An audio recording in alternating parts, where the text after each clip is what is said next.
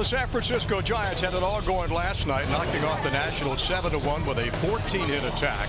That was then, today is now. It's the Nats and the Giants in the season series. All even up at 3-3. Rubber match coming up today in San Francisco's last trip into Washington. Happy to have you joining us here on a nice Sunday afternoon for baseball. Johnny Holiday along with FP. Bob still taking a couple of days off. And tough loss last night for the ball club, but hats off to San Francisco. They got the job done pretty well. Yeah, they played well last night. Every once in a while, you're going to have one of those games. New day today. They're going to go after Madison Bumgarner, who's had his struggles here at Nats Park. Bryce Harper last night had to leave the ball game. Something happened early, one of the early at-bats. Take a look at it from last night. Yeah, third inning last night. He took a hack and then kind of doubled over. Paul Lessard came out, checked him out, and we're hearing he has a stiff neck. So he's taking today off. Probably a good idea, right? Madison Bumgarner, tough lefty, stiff neck, get that thing better. I'm sure he's available for Dusty Baker, and even if he wasn't, there's no way he's going to let Bruce Bochy know. Yeah, last 22 games for Bryce, only hitting 132 with 3 extra base hits, 5 RBIs. But one thing about Bryce, it's too bad he's not in the lineup. Of course, he may be able to pinch hit. Of the 2 home runs hit against Bumgarner in regular season, he's got both of them. Yeah, he'll be available maybe in the 9th inning. He's known to pinch hit. How about this pitching matchup they got today? Tanner Roark on the mound, probably the most durable, the most consistent performer all season in that rotation against one of the best the Giants have, Madison Bumgarner. I think a great pitching matchup today. Tanner Roark 8-2 in his last 12 starts. Madison Bumgarner, who's had his struggles here at Nats Park, just 1-3 with a 5.0 ERA in 4 starts. So a good Sunday matchup. Both teams trying to win a series and maybe send a message to each team for October. Wilson Ramos had a good ball game last night. He went 3 for 4, 13 games. He's had 3+ hits in the Nats lineup. He's second in the National League in hitting with an average of .333. This ought to be a good one. Stick around. Johnny and FP with you. First pitch coming up.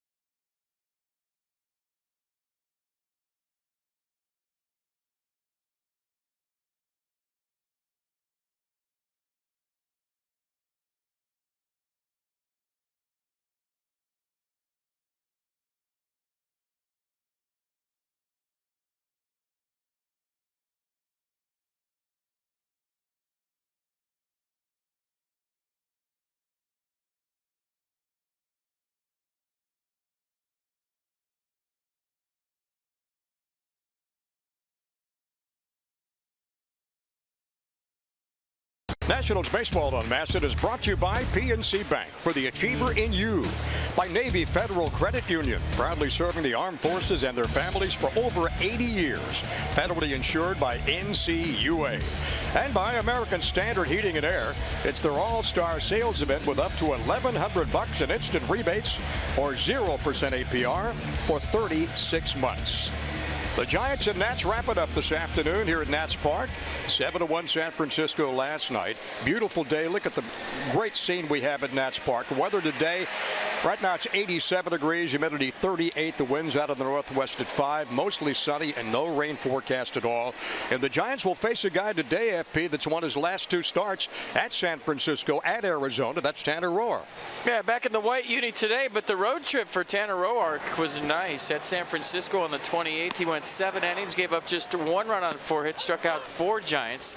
If you remember, he pitched out of some trouble very effectively, and then he took his act to Arizona in the desert on August 2nd and went 7 innings, gave up 3 runs, struck out 6 Diamondbacks. The Nats would win that one 10-4. So we get excited every 5th day when Tanner Roark's on the mound, and Nats fans, Dusty Baker, hoping for a good one from Tanner here today. 119 strikeouts for Tanner, only 47 walks. He's 11-6 with a 3.08 and a 5-4 at Nats Park with a 2.79. Couple of starts against San Francisco, 5 career appearances. He's 4-0 with a 3.32 earned run average.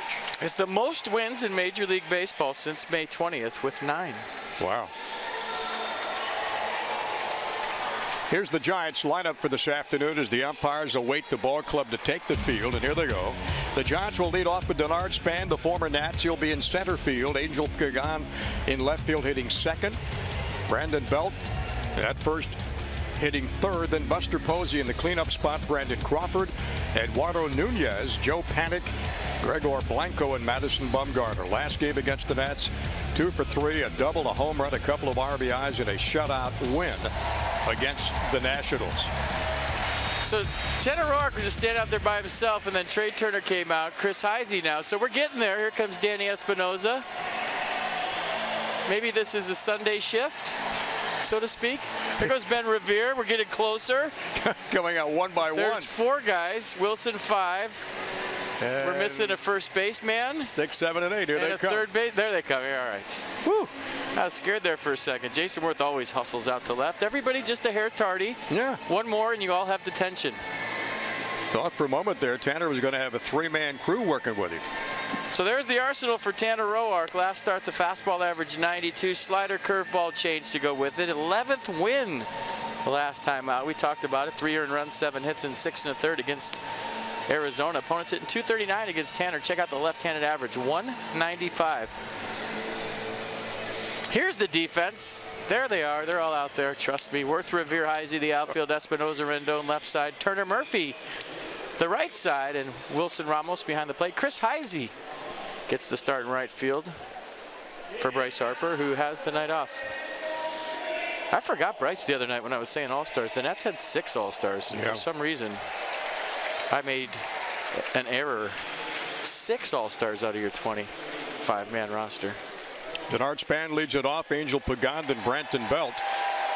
The number 2, 3, 4 hitters in that Giants lineup last night did the serious damage. 11 hits combined between them.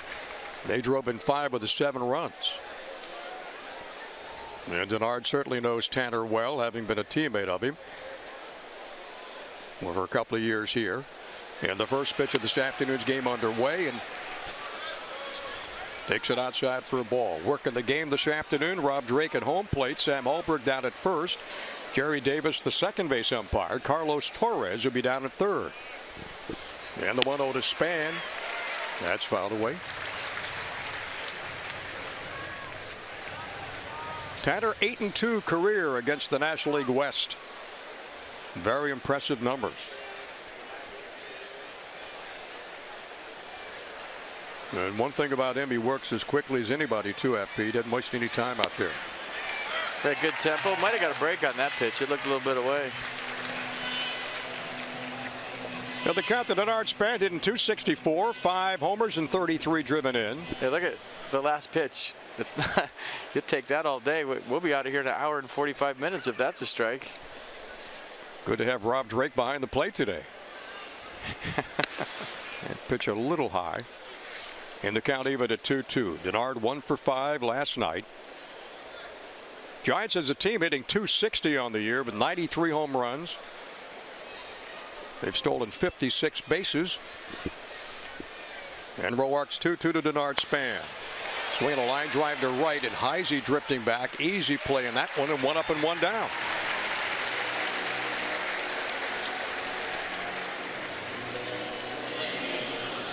That'll bring up Angel Pagan with a .282 average, 8 homers and 40 driven in. He's hit safely his last 5 games and has homered twice in his last 4.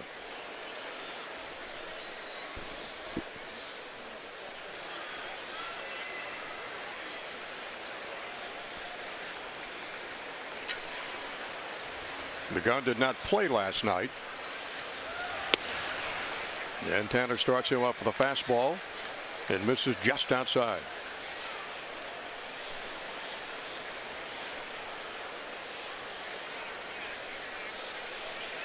Giants with a 2-game lead over the Dodgers out west. And the count goes to 2-0. The Nats up by 7 over the Marlins and 9 over the Mets in the East.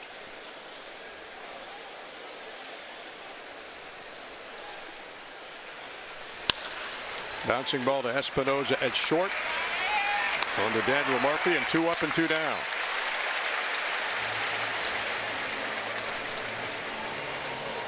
Seven innings plus in your starts, most of the National League. Max Scherzer's done it 15 times. Johnny Cueto, Clayton Kershaw, and the guy on the bottom, Tanner Roark, 13 times this year. 7+ innings.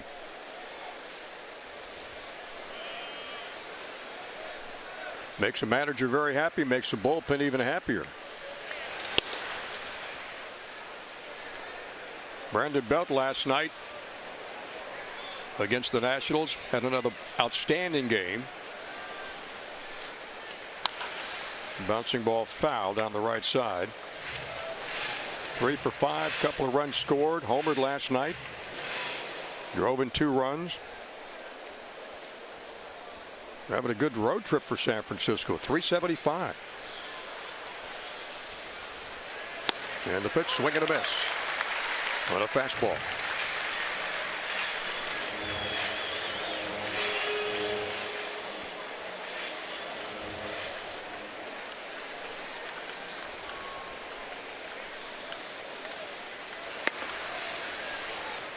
Brandon Belt only 4 hits his last 20 at bats, though, when he's got guys in running and runners in scoring position.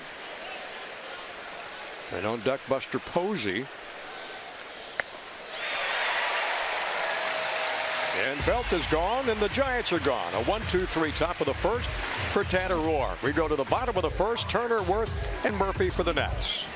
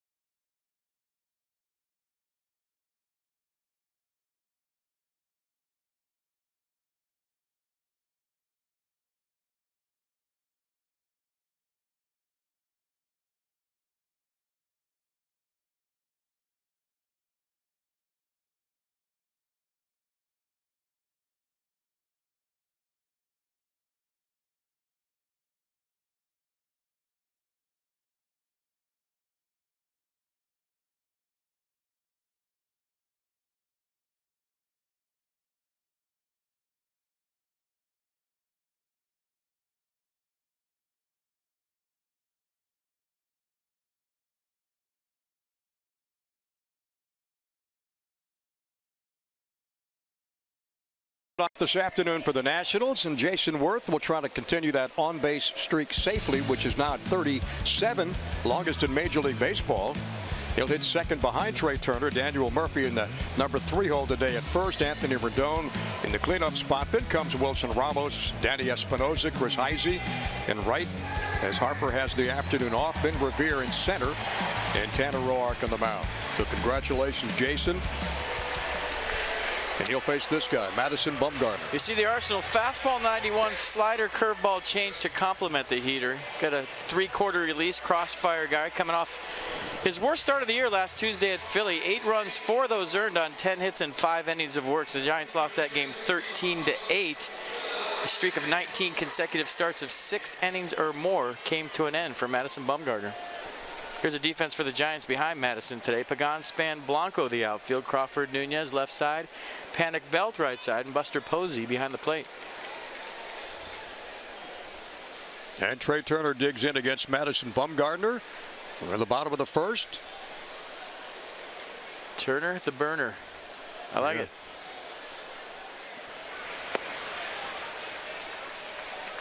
And starts him off with a 91 fastball.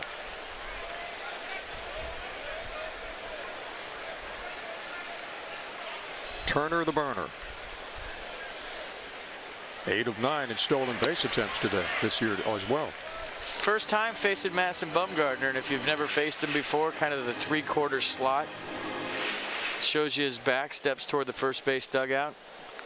Deception, big part of his game. Hides the ball well. Shot barely foul down the third baseline. Doesn't walk a lot of guys, does he? Only 38 walks so far. And 174 strikeouts. I mean, I like the pitching matchup today because you got 2 old school guys going at each other.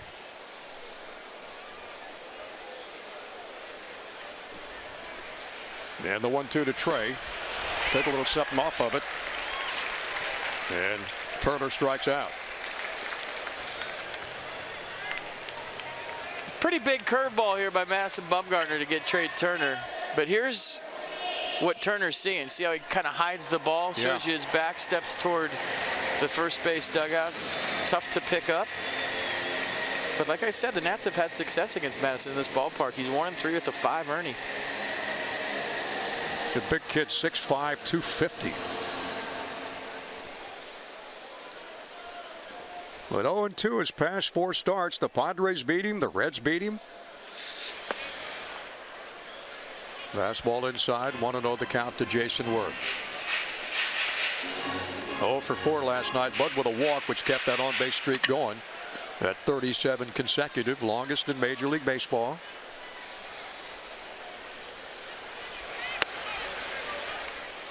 Jason 2 for 13 career off Bumgarner.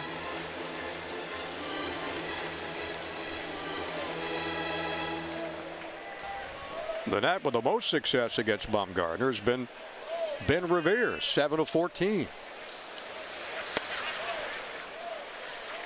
And the count goes to 3-0. Bumgarner's shaking his head. He's either upset with himself or wanted that call, one or the other.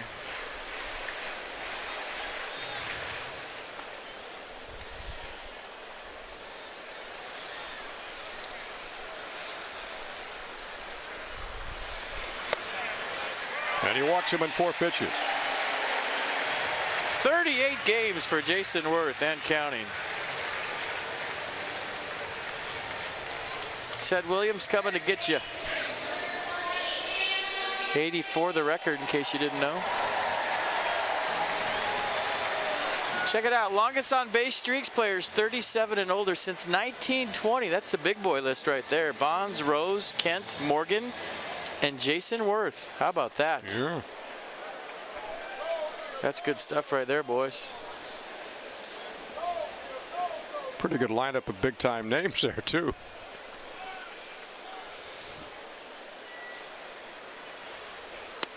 Daniel Murphy takes a call strike on the inside corner. Daniel, one of the few times this year, has gone 0 for 4 last night. Has one driven into this homestand so far, 1 for 8. But 17 the last 20 games. He's hit safely. It's fouled out of play. And Bumgarner quickly heading the count to Daniel Murphy, 0-2. Dude, how about this? For 104 games played for Murph, 20 offers this year. Just 20 times he's had to go home and maybe flip-flop a little bit and get 7.5 hours instead of 8. 20 times. And I guarantee you, analyzing every one of those 20 times. What do you bet? He is. I mean, that's talk about make baseball fun again. Oh, you're not kidding. Pretty amazing stat.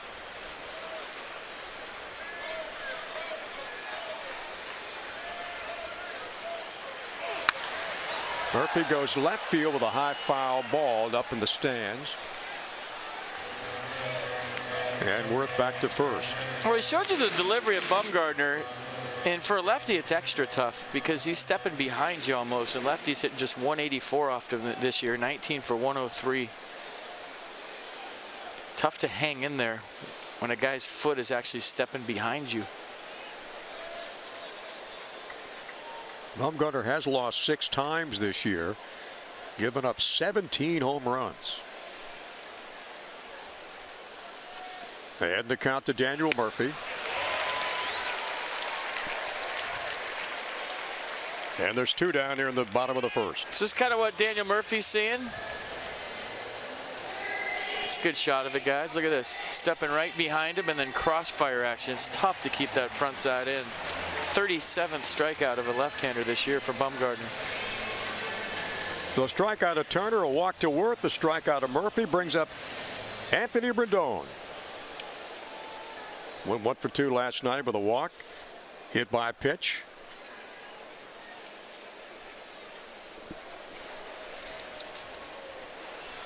Anthony on the season with a .265 average. He's driven in 46 this year for the Nationals.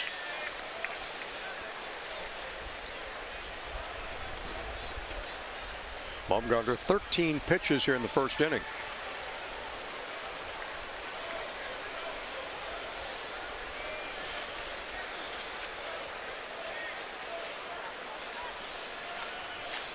And the 1-0. Count even at 1-1.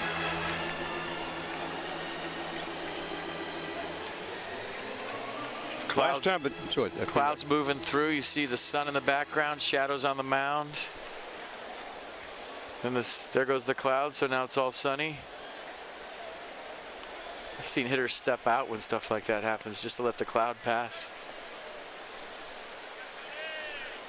Last time the Giants won a series here was way back in 2010. Soft toss to first, and Worth gets back safely. Giants at 63-47, 31-26 on the road. And the Nats' second best record in baseball behind the Cubs. Chicago 68-41. The Nats at 65-45. And the count goes to 2-1. Ramos on deck to Danny Espinosa. Easy than Revere.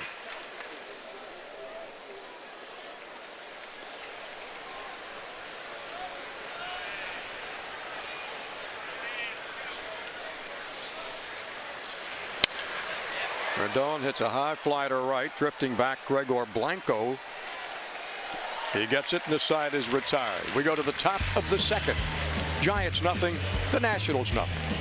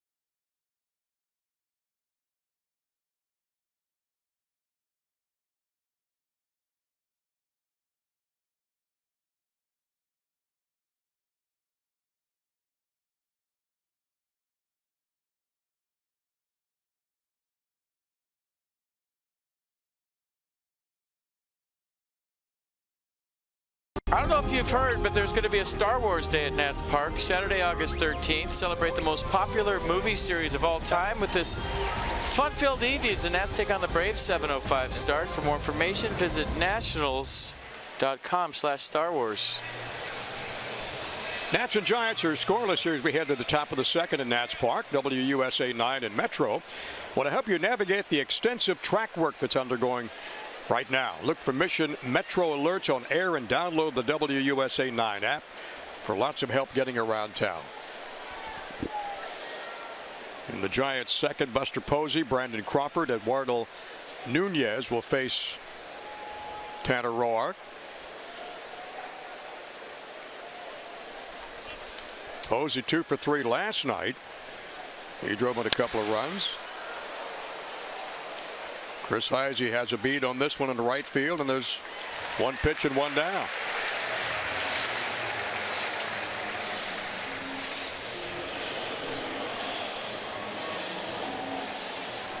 And the Giants shortstop Brandon Crawford next.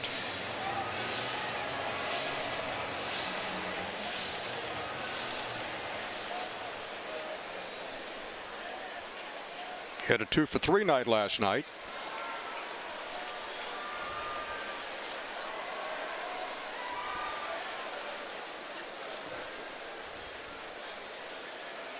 Should be a free strike for Tanner Roark. And the reason I said that is whenever a guy makes a first pitch out to lead off an inning, usually the next hitter has to take the first pitch. So as a pitcher, when you get that first out on the first pitch, free strike. Just throw it right down the middle, usually.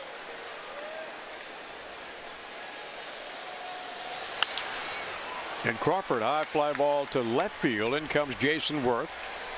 Couple of steps. And the first two Giants retired here in the second. Stop by any Cox Solution store right now throughout Virginia and get your free FP There Goes the No-Hitter t-shirt. Visit Cox.com for your nearest store. You don't have to be a Cox customer. T-shirts available while supplies last. Like the shot, like the face, like the way he's gripping the microphone. I like your face too, Johnny.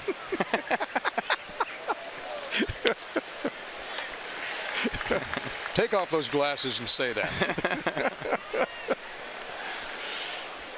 Nice to be with you, my buddy. It's fun. Yeah. Sunday, ball game, beautiful day for baseball. Kidding. Lots of seats still available. It is a gorgeous day. A little cooler than I think people anticipated. Under 90 degrees, and that's good. Bob still off for a couple of more days. Be back with the ball club here in that Braves series next weekend. We got a 1-ball 2-strike count on Nunez, who last night wore out Nationals pitching. 4 for 5.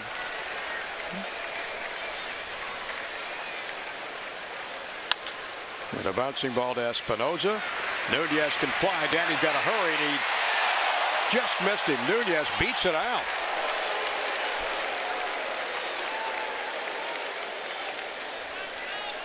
Looked like he beat it initially, at least from way up here, and Espinosa did all he could. But Nunez can fly. What do you got? So you know how this works if they choose to challenge it. The ball hitting any part of the inside of the glove is determined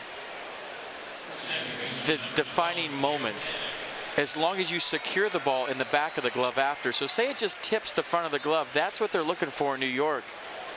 And as long as you secure it, everyone says back of the glove. No, it could hit the very tip of the glove and then roll to the back of the glove. And they go by when the ball actually touches the glove first. And the Nats will not challenge it. And Nunez on with the first base hit of the ball game.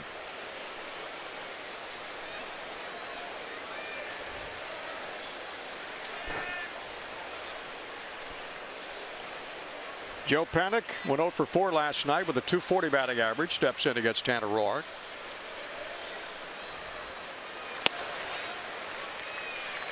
Fastball to 92. Just missed outside. Since it came off the DL back on the 28th of July, Paddock has really been struggling. 3 for 31 in the 8 games he's played. And the pitch fouled off the left side. 1 for 17 in this road trip for the Giants, with a run scored, an RBI, and a couple of walks.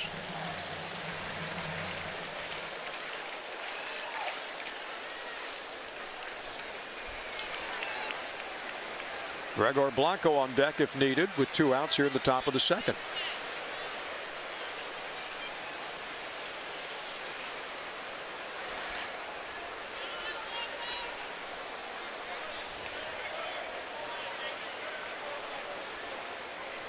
Giants have stolen 56 bases this year. They got Nunez at first, one of the fastest runners on the ball club.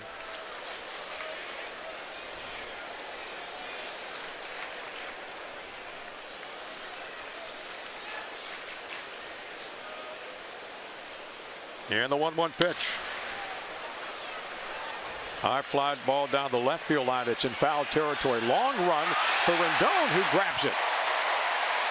Avoiding contact with Danny Espinosa. Great catch, FP. He's so good at that play over the shoulder. He went a long way, and it was in traffic. Jason Worth was coming on. Danny Espinosa was trying to get to it too. So good hustle by 3 guys, and then Anthony Rendon reaches out and kind of takes it away from Danny Espinosa. Tanner Roark approves.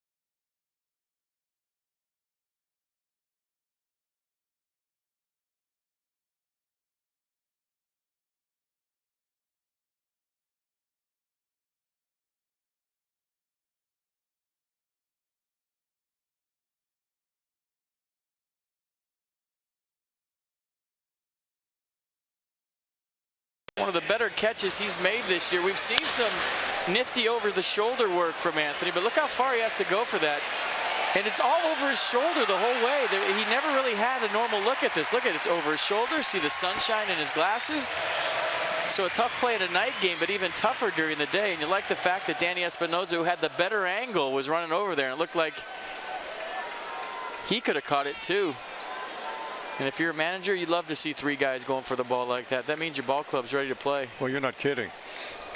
In full stride with Rendon, not even able to call off Espinosa in that foul ball. So to the bottom of the second we go with Wilson Ramos. A 3 for 4 night last night with a run scored. Bouncing ball to third. Nice grab by Nunez on to first, and the Buffalo retired in 1 pitch. Eduardo Nunez is killing the Nats. Talked about the night he had last night, a double, 2 triples, a single. About 5 feet short of the cycle. Infield single here to start the day up, and then Robin Wilson Ramos with a nice play going to his left. Giants got it from the Twins on July the 28th.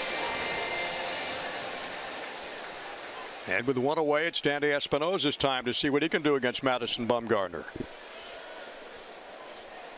Bumgarner 17 pitches, 10 of those strikes. Working here in the second.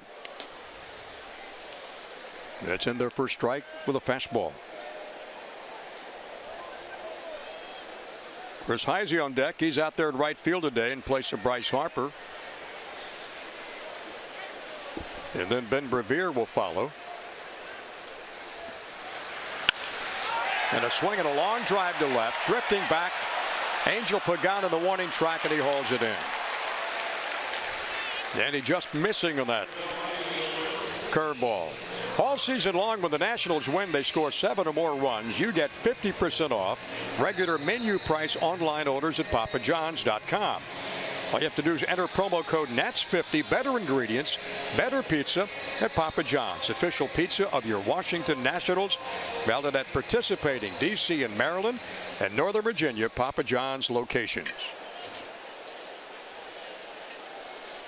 So with 2 down, it'll bring up Chris Heisey for the first time.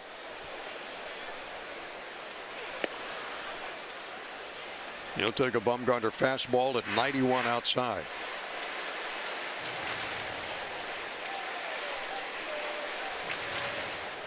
And that's as a ball club with a .253 overall batting average. That fastball inside. And they count quickly at 2 balls, no strikes to Chris Heisey.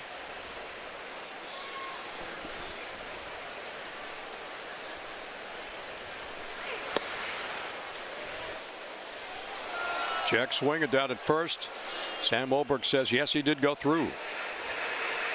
Talked to Chris the other day about the luxury of starting as a bench player. When you get the nod to start a game, you have the ability to make adjustments throughout the course of an at-bat, throughout the course of the game, because your whole day's not wrapped around one AB. Good pickup, huh? That's officially the closest a foul ball has ever come to coming up to the booth. That was almost up here. Did you see that? I did. Why were you ducking? Unbelievable. No, but when you're a pinch hitter, you're just up there fighting. You're trying to get a good pitch, put a good swing on it. When you get a chance to get 4 at-bats in a day, you know how the other team's working you. You can set traps. You can change your game plan based on what they're doing to you. Chris from Mount Joy, Pennsylvania. Bouncing ball to short. Crawford on the first. And it's a 1-2-3 second for the Nationals. We go to the top of the 3rd in Washington. Scoreless game.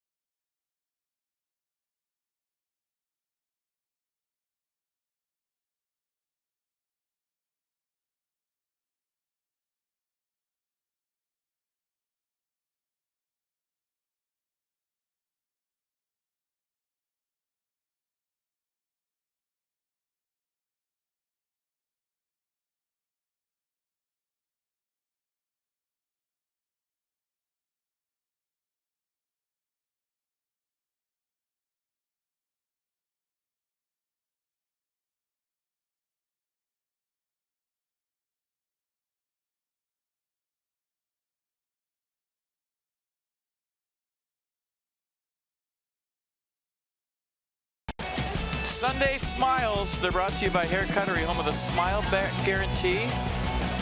No small print, just big smiles. All right. That is a great smile. Great smile. Beautiful smile. A lot of them around the ballpark this afternoon. Look at the kid. He's holding the kid in one hand and the sign in the other. How about getting your tickets to Maryland football this year? DJ Durkin's first season on sale now, starting at just $25. Visit umterps.com or call 1-800-I'm-A-Terp to get yours right now. Fear the new era and fear the title. Weird that you got to read that promo. Weird. What a coincidence, huh? Yeah. See that Kevin Anderson was on the field yesterday or a couple of days ago. He is an amazing individual. He is. Big fan. Maryland's athletic director, very, very close. Friends with Dusty Baker. They go back many, many years to their days out in California together. And the Nationals gave him a super award with Mike Rizzo down there with him and Dusty as well. It's the top of the third in San Francisco. Good pitchers battle today between Tanner Roark and Madison Bumgarner. One hit in the game, and the Giants have that as Nunez beat out an infield roller. Gregor Blanco hitting .234, 0 for 4 in the game last night. And Roark's count is 2-2 against Blanco.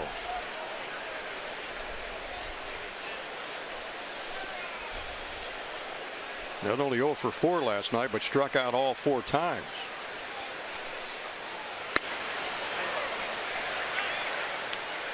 And Blanco has worked the count full at 3-2.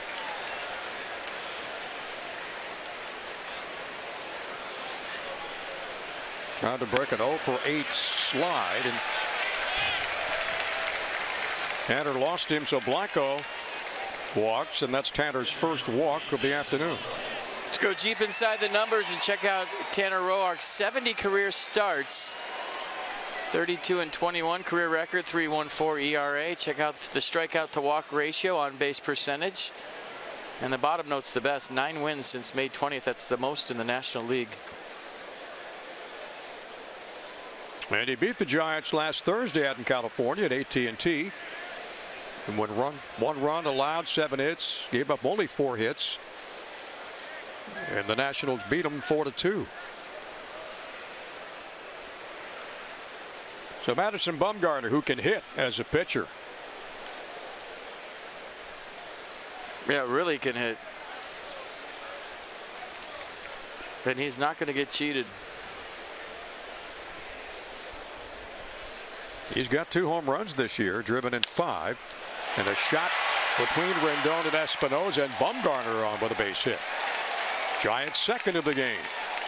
So pretty cool list. Pitchers with sub-3 ERAs career at 10+ homers since 1920. Madison Bumgarner, Don Drysdale, Bob Gibson, and Tom Seaver. Bumgarner with 13 career taters. He takes a cutter from Tanner Roark. And if I'm Anthony Rendon, that wasn't a fun place to be standing with that guy hitting. Light tower power. He puts on a show during batting practice. Bumgarner's got 3 World Series rings before he hit the age of 26.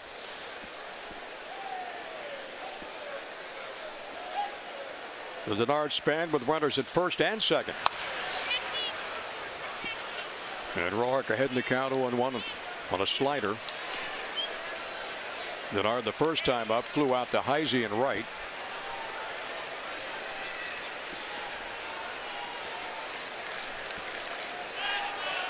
Bruce Bochy not a big fan of the sacrifice bunt. Maybe late in the game he'll use it, but rarely early in the ball game. Roberto Kelly, however, had to get everyone's attention to put on a sign. We'll see. Yeah, the 0-1. Denard looking to bunt, pulled the bat back. It's in there for strike.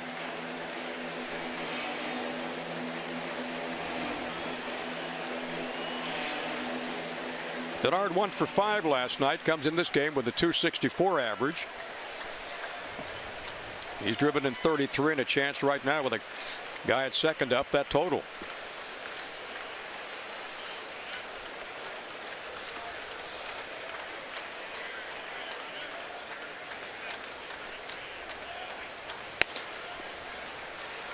And the count's to 1-2.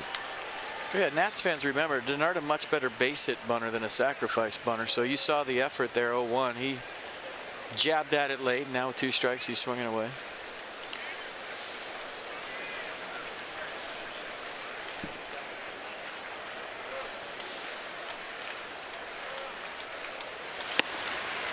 Comes inside and tight, and the count goes to 2-2.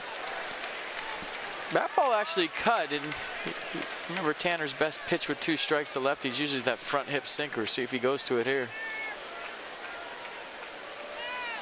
And I think you mentioned that, P. The left-hander's hitting only 195 off of Tanner this year. Been tough on him. Because of that pitch. Yeah.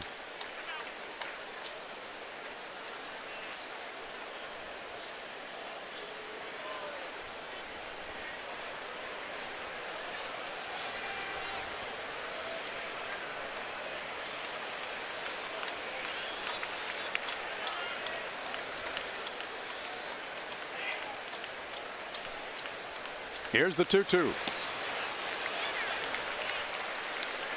Good block by Wilson Ramos. Blanco thinking about advancing to third right there, and Ramos didn't let him. Slider in the dirt, maybe a curveball from Roark. And a good block by Ramos. And listen to the crowd here in a 3-2 count. They're getting behind the pitcher. Blanco at second, Bumgarner at first after a walk and a hit. And he strikes out Denard Span. And then a strikeout number 2 for Tanner Roark. A lot of late run on this fastball by Tanner. Nissan will show you on the pitch track. Just see the late movement, almost like a left-handed slider. Watch this ball just hang a right at the end. Looks straight to Span, and watch the late movement in Exmo. That's nice. So Angel Pagan comes up. Bounced out to Espinoza at short in his first time up against Tanner Roark.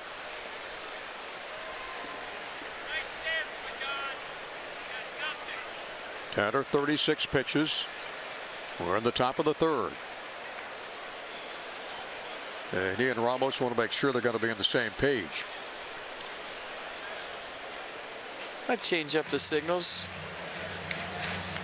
Gregor Blanco's been on second base for a minute.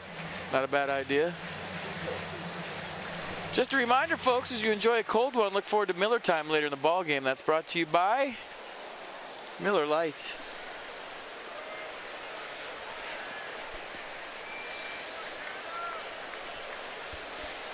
Angel Pagan with a batting average of .282. Takes a change outside for ball 1. Tanner pitching for the ground ball now. He's trying to go bottom of the zone and get something on the ground. Worth, Rivera, and Heisey in the outfield. Rendon, Espinoza, Turner, Murphy on the infield. That's fouled out of play.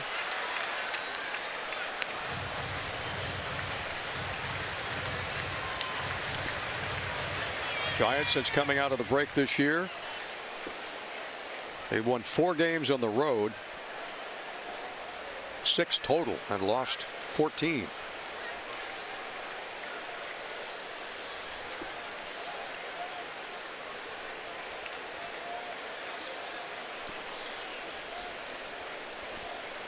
Roark a check of the runner on the 1-1 pitch. Bouncing ball to second, could be 2. Turner on the short and the first, and safe. Pagan's only hitting to 7 double plays this year. Good speed. The ball wasn't hit really hard enough, but Trey Turner with a beautiful feed to Danny Espinoza got rid of it quick. Pagan can just run, especially from the left side. But a nifty feed by Trey Turner. Watch him get rid of this quick. Ball not hit hard enough to turn 2, you're thinking. But then all of a sudden with that feed, had a little makeup speed in the feed, but Pagan too fast. So he gets Pagan to ground out. Bumgarner moves over to third. And with 2 down, Brandon Belt, who homered last night, steps in. Another good block by Wilson. Just saved a run.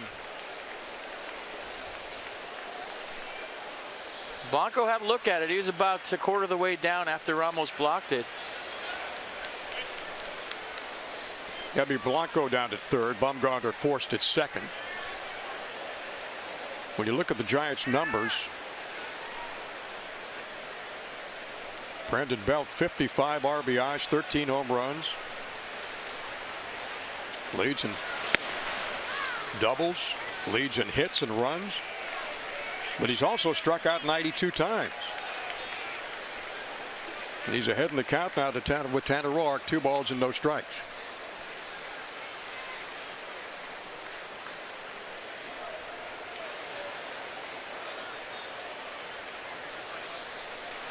Blanco lead off third. That's in there for strike.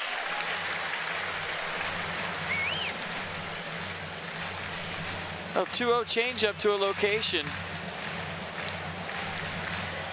And there's been an extra inch or two on that side of the plate for Tanner today, and we'll see if he and Wilson can expose it more.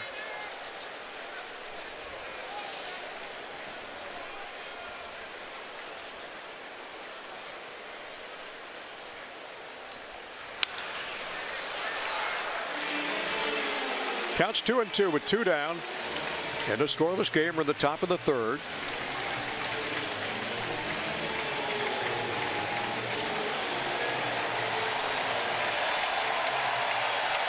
That's with a win today over the Giants, who have won their last 6 season series against this club here at Nationals Park. 2 balls, 2 strikes, 2 down. And 2 on.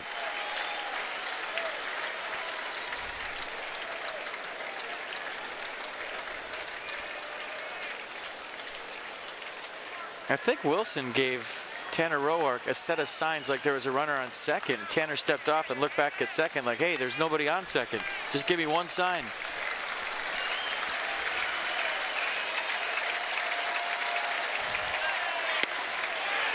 And he gets him with a call third strike on the inside corner. So the Giants threaten with runners at first and third, and Roark racks up his 3rd strikeout of the game. And we go to the bottom of the third in a scoreless game.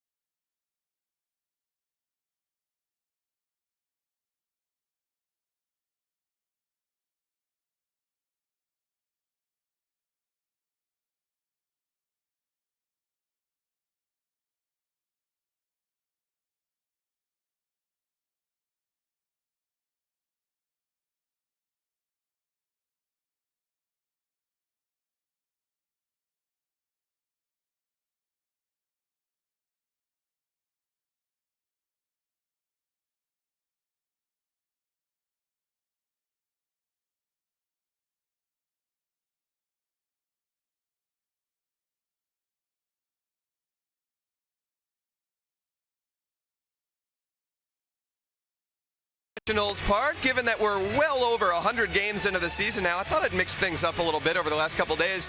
I polled the Nationals clubhouse, got a variety of responses from players and coaches on what their favorite baseball movie is. I got 27 votes here, and here are the top results.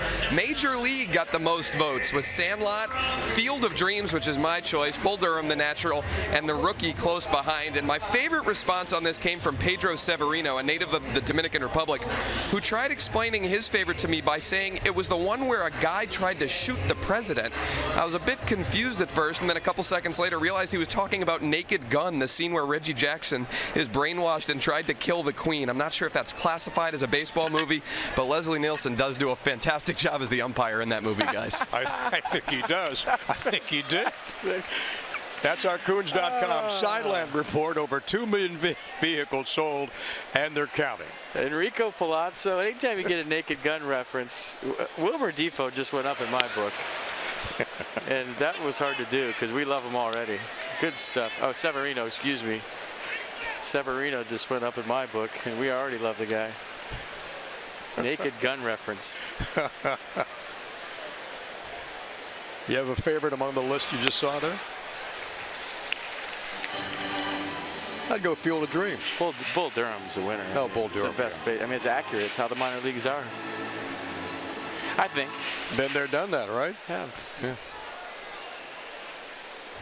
Nats have one base runner thus far in this ball game. Worth walked in the first.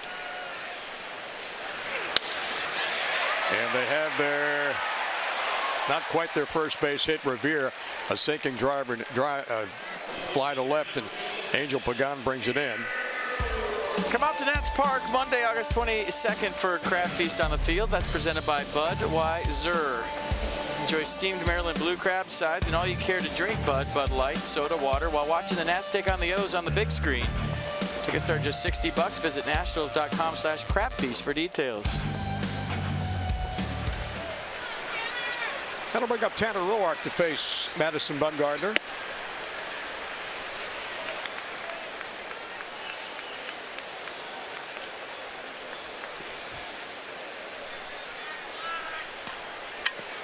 Bumgarner 29 pitches.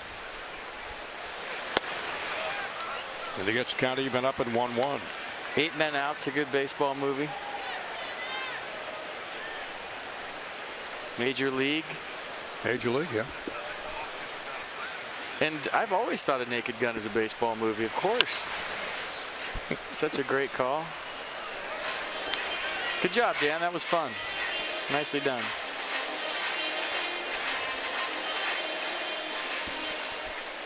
Love to see Dan's reaction as Pedro was telling him what he thought. That was the best part.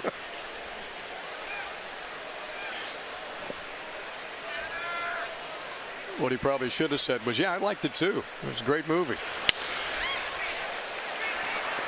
Bounce to the short. Crawford on to first.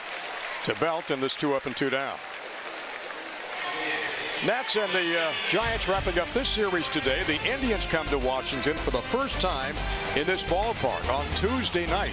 It's a quick 2-game series against the Tribe, and they lead the American League Central, the Tigers, by 2 games.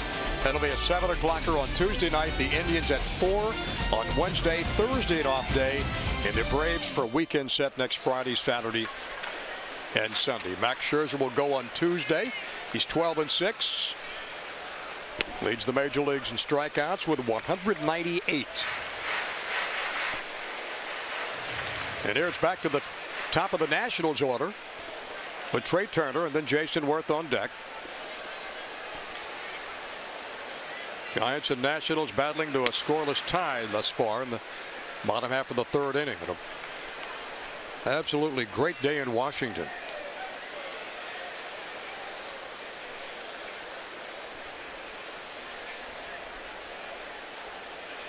Turner struck out in the first inning. In fact, Bumgarner had 2 first-inning strikeouts.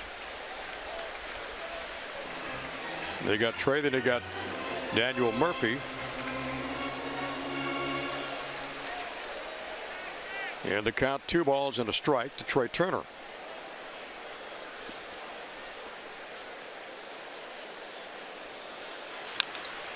And the pitch fouled off at the plate.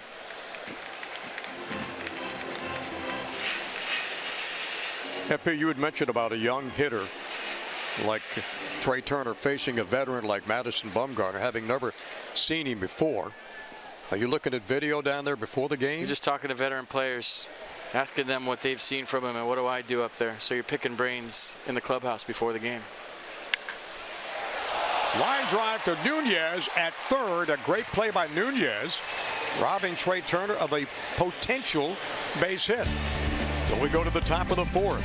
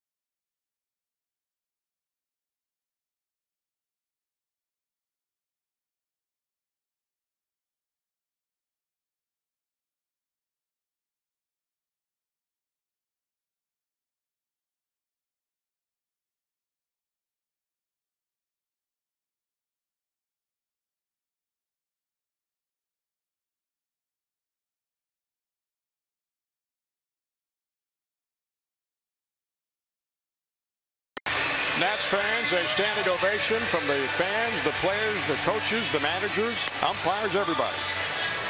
Our troop recognition brought to you by DynCorp International, proudly serving our nation for 70 years. Well, this is just more makeup than anything with Tanner Roark, and we've grown accustomed to this. He did this last time he faced the Giants in San Francisco, pitching out of trouble. He almost got the double play with Angel Pagan. And then the strikeout of Brandon Belt, the run back fastball that started right at him. That's about the person, not about the stuff. Tanner, 21 pitches in the third inning. That's the most of any inning so far. Buster Posey leads off against Roark, then Brandon Crawford and Eduardo Nunez in the top half of the Giants inning.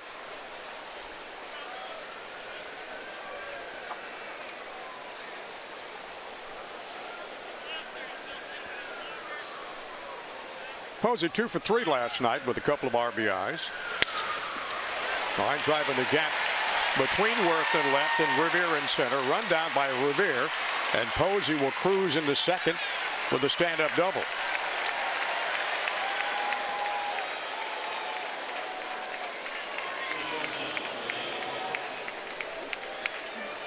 Well, you remember the last time Tanner faced the Giants in the second inning, Buster Posey led that off with a double. Brandon Crawford walked, Brandon Belt walked, and then he struck out Williamson, Gillespie to first, and then Johnny Cueto on a pop-up. And you remember he beat Johnny Cueto in San Francisco, so he pitched out of trouble a few times in that game, and he's trying to do it here again today. And Posey's got 24 doubles on the year. Brandon Crawford flew out to Worth and left his first time up against Roark.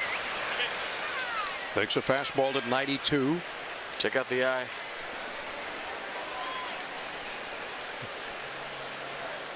That thing jumped up like a mouse last night, didn't it? I think him staying in the game fired the whole ball club up last night, and that's why they played so well. I think you're right. He did not want to come out. Fastball to 92, misses outside. The count runs to 2-0. Crawford hitting .267, 10 homers, 68 driven in.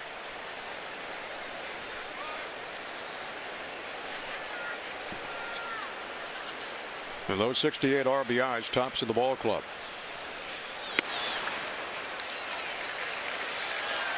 And the count runs to 3-0.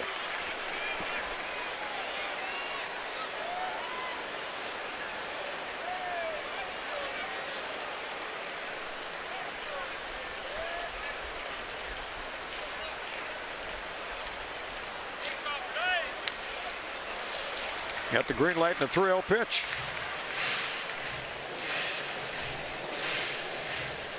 Buster Posey down at second after a leadoff double to start this fourth inning.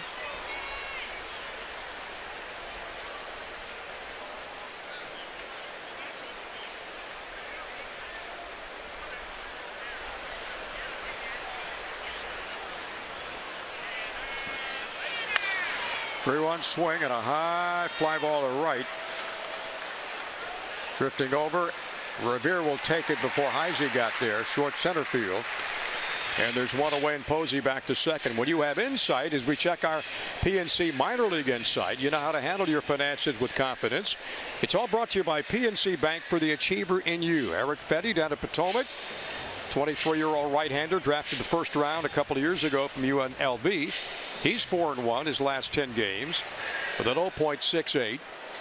Tossed 52 in 2/3 innings, given up 42 hits and struck out 54.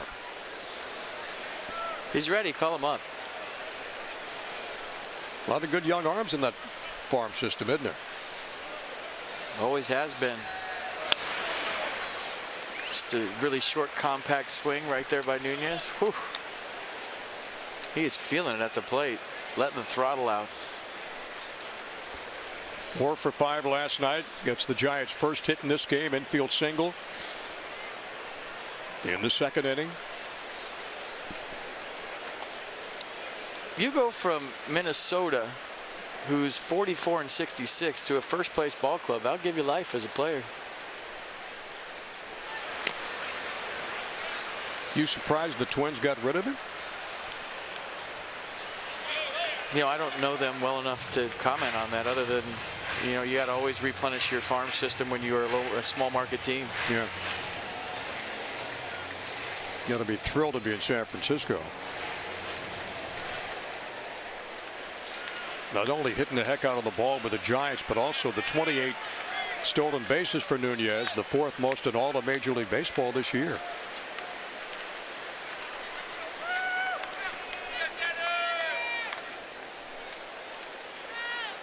And 27 of those stolen with the Twins. Swing and a miss. Well, maybe there's the key to getting Eduardo Nunez out. Don't throw him strikes. Watch this cutter by Tanner Roark just take off and hang a left at the end, not even close. And Nunez, who's feeling it up there. Hey, when you're a hitter and you're starting to feel good, you're seeing the ball big, you think you can hit anything. Nunez couldn't catch up to the heater. So Tanner Roark's got 4 strikeouts this afternoon. And Joe Panik, he's 0 for 1, fouled out in the second, will face Roark. With 2 down, and Posey still down at second after that leadoff double. Line drive, Espinosa can't get it. Posey rounding third. He'll wisely be held up there by Roberto Kelly at third. Throw was offline, but Posey not about to take a chance to try to score. I think Roberto Kelly's got to send him. 2-out hits don't grow on trees, and you get a 2-out knock, and Ben Revere doesn't have the strongest arm in the world. And I'm surprised that Roberto Kelly held Buster Posey here, and I think if he sends him, he's safe by a mile. The ball's hit hard, but this is a gamble I think most third base coaches take.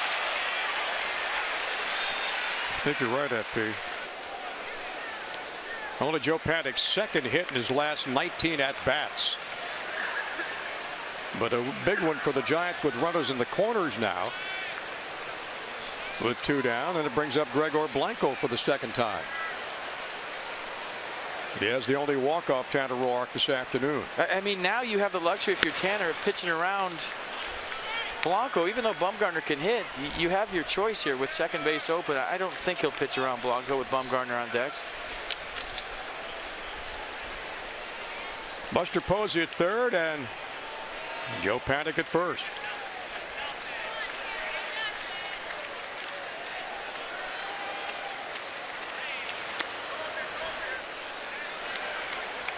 Outside with an 85 changeup.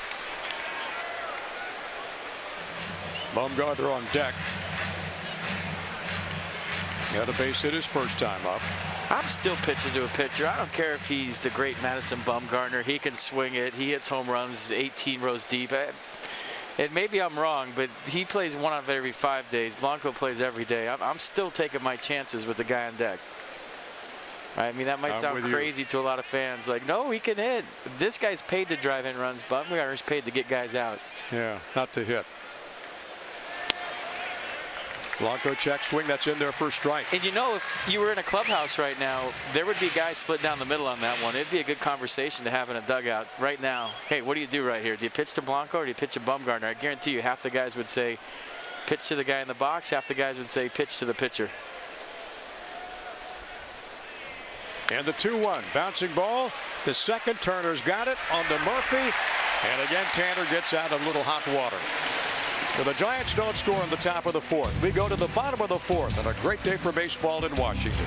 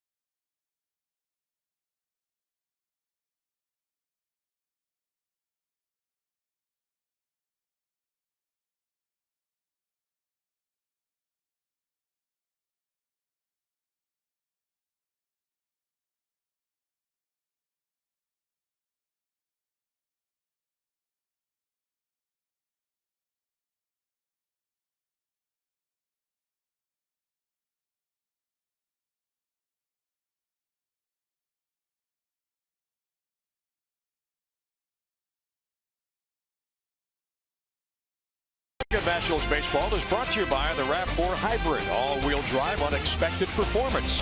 Visit buyatoyota.com and do it today. No score in this ball game. Not a lot of hitting going on. All the hitting done by the Giants with 4 runs. And the Nats still looking to get their first one off Madison Bumgarner. So check out the Geico President's Race. Olympics has been the theme. And today it's Ted, Bill, and Abe in the Hawaiian shirts against George, Tom, and Herbie in the blue shirts. And they're playing volleyball. The only thing that's missing in my mind is the bikinis. They should have been wearing bikinis. Maybe that wasn't beach volleyball. I was just going to mention that's Santa Monica volleyball, isn't it? California it's volleyball. It's an Olympic event now. I was watching last night. The table tennis is my favorite. I'm serious, though. I'm not even joking. Yeah. It's amazing to watch the hand-eye coordination. When I covered the Olympics from 1984 at Sarajevo, every one up until ABC lost the Olympics. Barcelona, wow. Sydney, Australia, Calgary. I was assigned the luge. 2-man? Calgary. 2-man. Then the Jamaican bobsled team covered them. I popped in foul territory, and Brandon Belch got it. Fighting the sun, and Jason Worth retired to begin the Nats 4. Were you the broadcaster in the movie about the Jamaican bobsled team? I was not, no. You weren't Stu Nahan with your ABC Sports jacket on, covering Spicoli surfing? Oh, we had that. We had that working, yeah. One of the great things about the Olympics is trading pens. I'll never forget in Sarajevo, we had to give our key to the guy who was watching our apartment. Barry Tompkins, you probably know Barry. San Francisco Bay Area guy, great broadcaster. And I said to this Russian gentleman with the gun over his shoulder, I'll give you my key every day to my apartment. Who's to say you can't go up there and go through it and take what you want?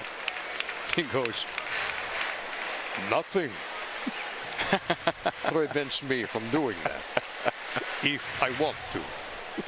Pretty good Russian accent, Johnny. Thank you. Try doing the rest of the game in it. Yeah. Daniel Murphy.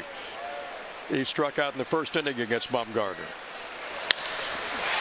Line drive of the gap to left, but drifting back in time is Pagan. He'll bring it in. 2 up and 2 down. Let's go deep inside the numbers. Madison Bumgarner against the Nats career. He's had his way at AT&T Park, but here at Nats Park, a little different story. But he's got it going on here today, early on in this one. After the walk to Jason Worth in the first inning, he's retired the last 10 he's faced. I'm telling you, if this is a 1-run game and it's shaping up like it might be, circle that 2-out hit by Joe Panik and Buster Posey not being sent. Rendon to check swing in there for a strike. Anthony hitting at a .264 clip. 103 hits and 46 RBIs. Nobody on. The Nationals and Giants scoreless here in the bottom of the 4th at Nationals Park. You want a good pitching matchup? Well, we got one for you today. And breaking ball in there for a strike and quickly ahead. 0-2 to Rendon is Madison Bumgarner. Winners of 10 games, losing 6. And he got knocked around pretty good against Arizona. I beg your pardon, Tuesday in Philadelphia. 8 runs, 5 hits, 10 hits. And a 13-8 loss.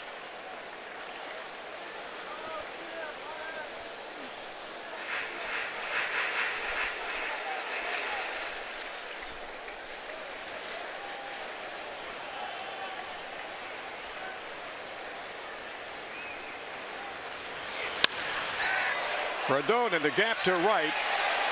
And the Nats have their first base hit. Rendon winding up at second. Right between Span and Gregor Blanco. Off the wall, and you know what that means. Yeah, there goes a no-hitter. Thank you.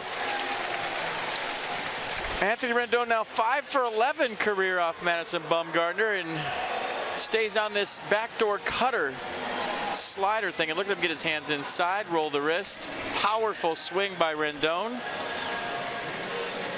So a 2-out double for the Nats cleanup hitter today, and Wilson Ramos trying to drive him in. So the Nats get their first base knock. And a golden opportunity now for Wilson Ramos. See if he's driven in 61 this year. Excuse me, John. See if he's careful with Ramos right here. He better be. Danny Espinosa's had success against Bumgarner at a 294 clip. He hit the ball hard his first time, so maybe some protection for Wilson. And Madison had to be watching intently last night as Ramos banged out 3 hits.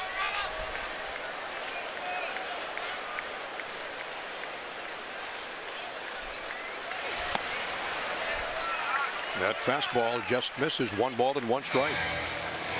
Then there's always the I'm not pitching around anybody thing that Madison Bumgarner probably has.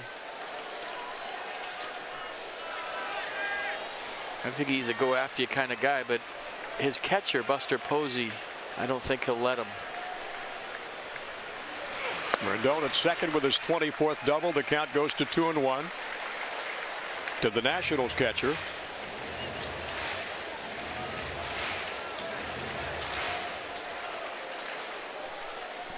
Leads the National League and tied for first among all major league catchers with 17 home runs.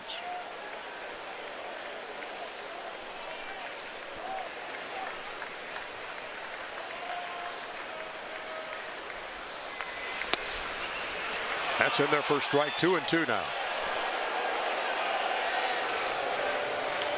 So Mercedes-Benz going to show you whether this is a ball or a strike. Close.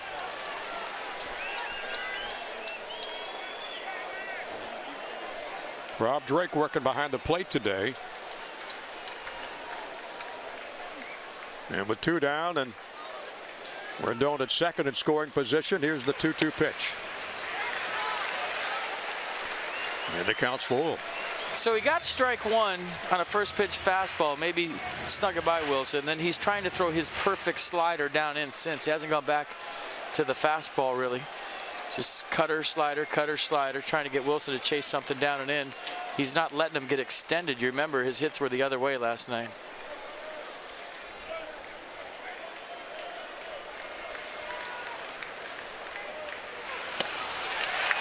And Ramos draws the walk. 2 out base on balls to Ramos, and Bumgarner with now 2 walks in this game.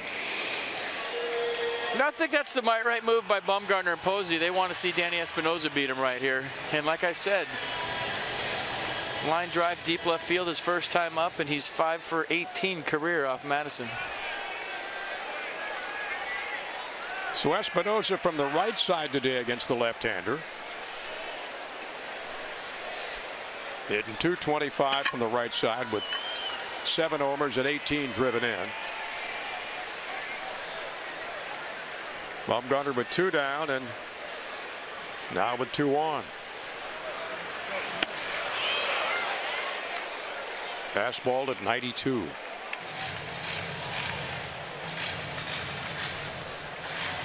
Well, the combination of Espinosa and Wilson Ramos last night driving in 5 of the Nationals' runs. Had 5 of the Nationals' 8 hits rather.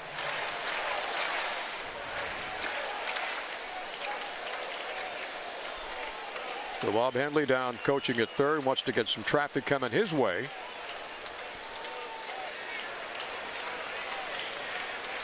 And trust me, he's not holding Rendon on base hit. No way. No way. Foul ball. Back up and FP quickly.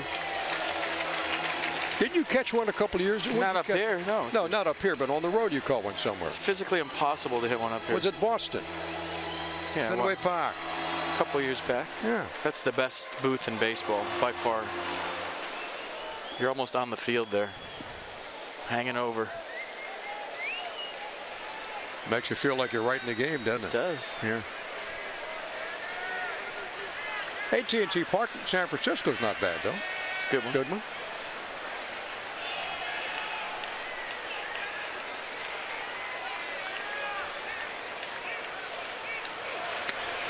Ooh, good take. Close. You're not kidding.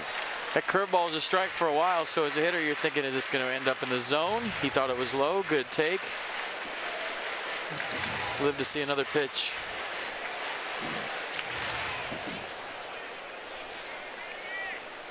Rendon leads it off with a double, or 2-out double, and Ramos with a walk, and they've got 2 down. The count's 1-2 now to Danny Espinosa.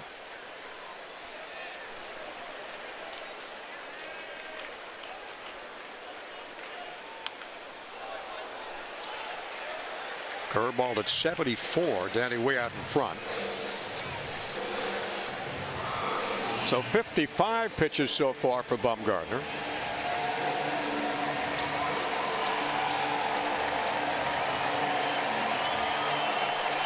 Well, you're right, FP. The way this ball game is going, 1 run or 2 runs could do it. Yep. Big pitch coming. And if you're a hitter, you very rarely see 3 curveballs in a row. So if I'm Espinosa, I'm definitely thinking about something firm here. Fastball up, unless Buster Posey was deacon.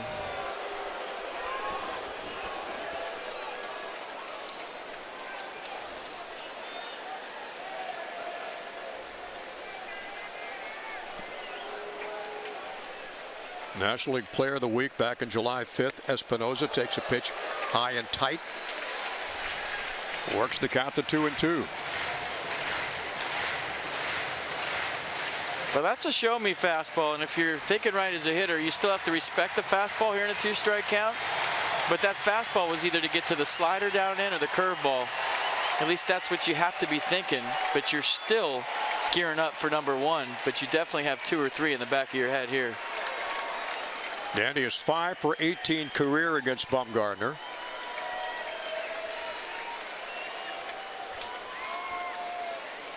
He steps out and Bumgarner steps off the rubber.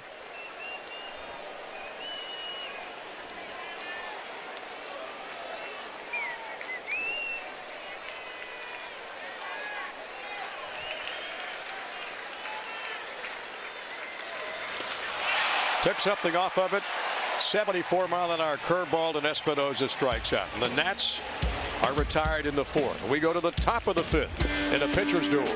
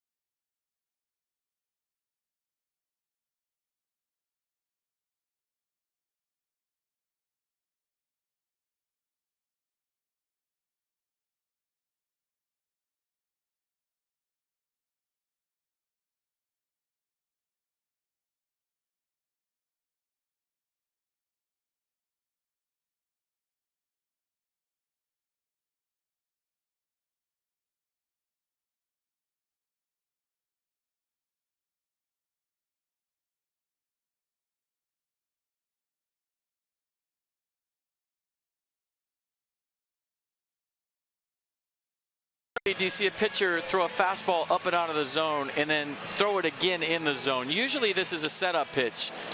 Really easy up here when you have makeup on, a lot of product in your hair, to think along with a pitcher. But that's a setup pitch from Madison Bumgarner to get to the curveball. Again, how many times do you see a fastball up and out where the catcher stands up and then they throw a fastball down the middle? They don't. That fastball is an alarm to you as a hitter that they're trying to go somewhere else and set something else up. But like I said, when you're in that box, the crowd's cheering, there's runners out there, it's hard to slow things down and have a thought process like you can up here watching on TV. Well, good point. Lots of product.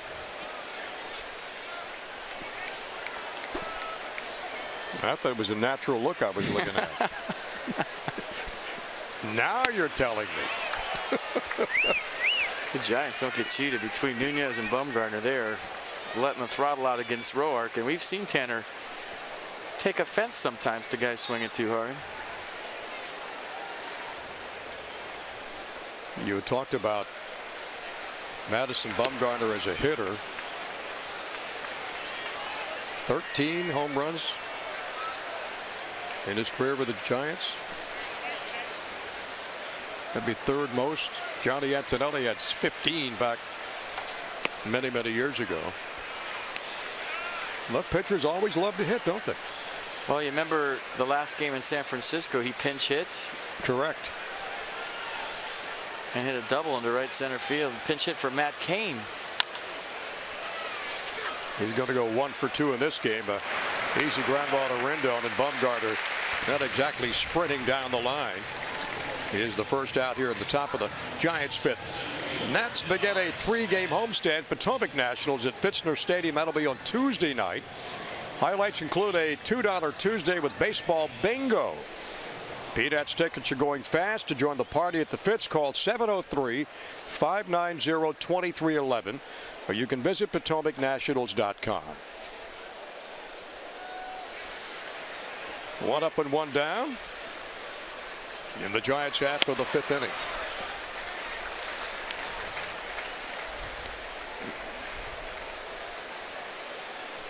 And back to the Giants, top of the order with Span and Pagan and Brendan Belt.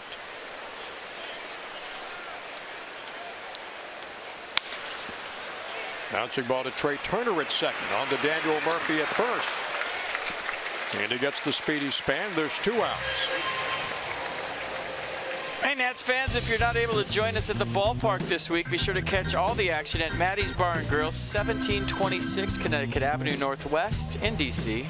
This is presented by Red's Apple Ale, crisp like an apple, brewed like a beer. So how do you get Bar of the Week? Hit lots of doubles and triples? I think so.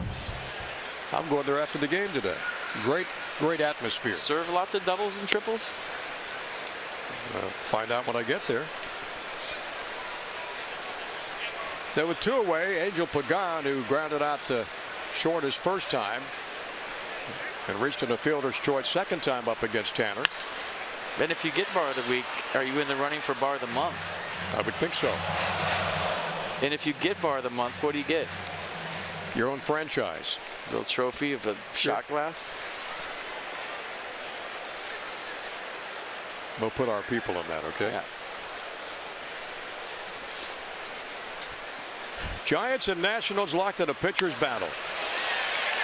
Line drive to center field, and Pagan gets a base hit.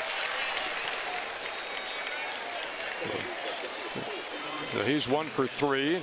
Johnny Holiday in for Bob Carpenter. Bob will be back with the ball club on Friday when the Braves come to town. FP alongside and Dan on the field. And happy you're spending your Sunday afternoon with us watching Nationals baseball.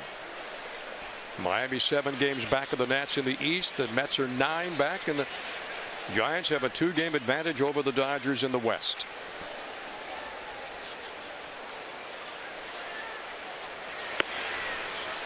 And Belt with a check swing. No balls and a strike.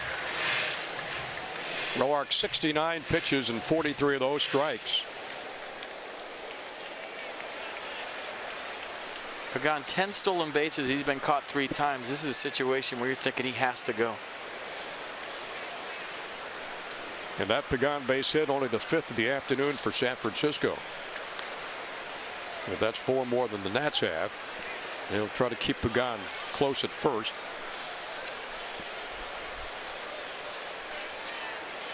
Both times Belt has faced Tanner today, struck him out both times. And Buster Posey on deck.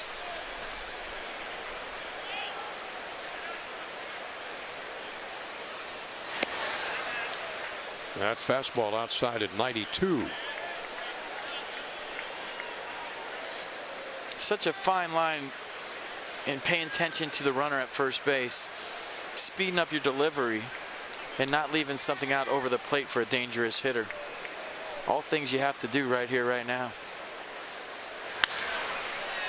And opposite field shot by Belt. That's way down the left field line foul.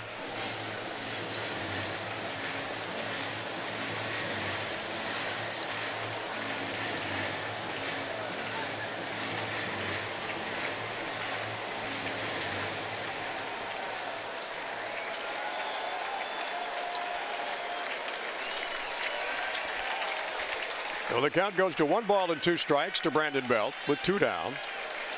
Angel Pagan with the lead off first. Oh, he's going. See the lean?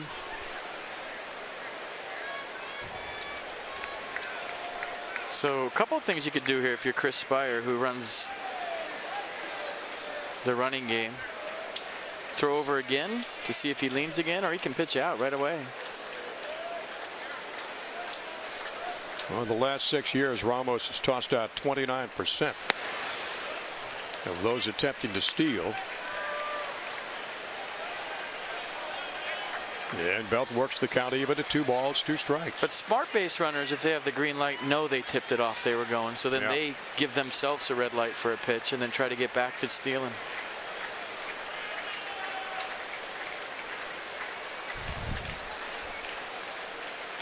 Pagan not going.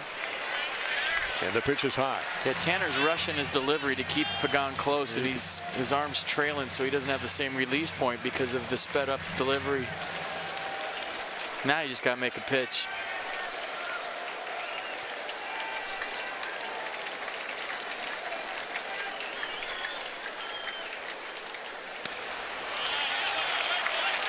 And he lost it. Tanner's second walk of the afternoon.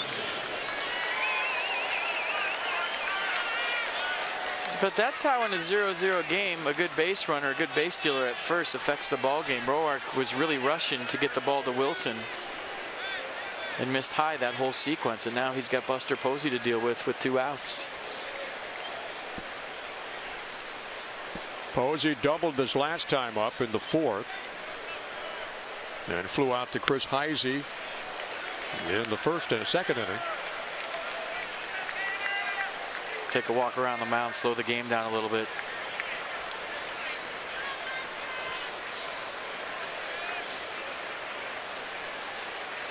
Tanner with 75 pitches here. 31 balls, 44 strikes. And Mike Maddox looking on.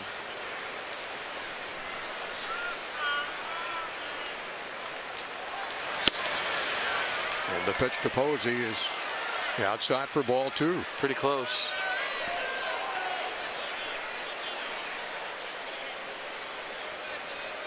Scoreless ball game, top of the Giants' 6th inning.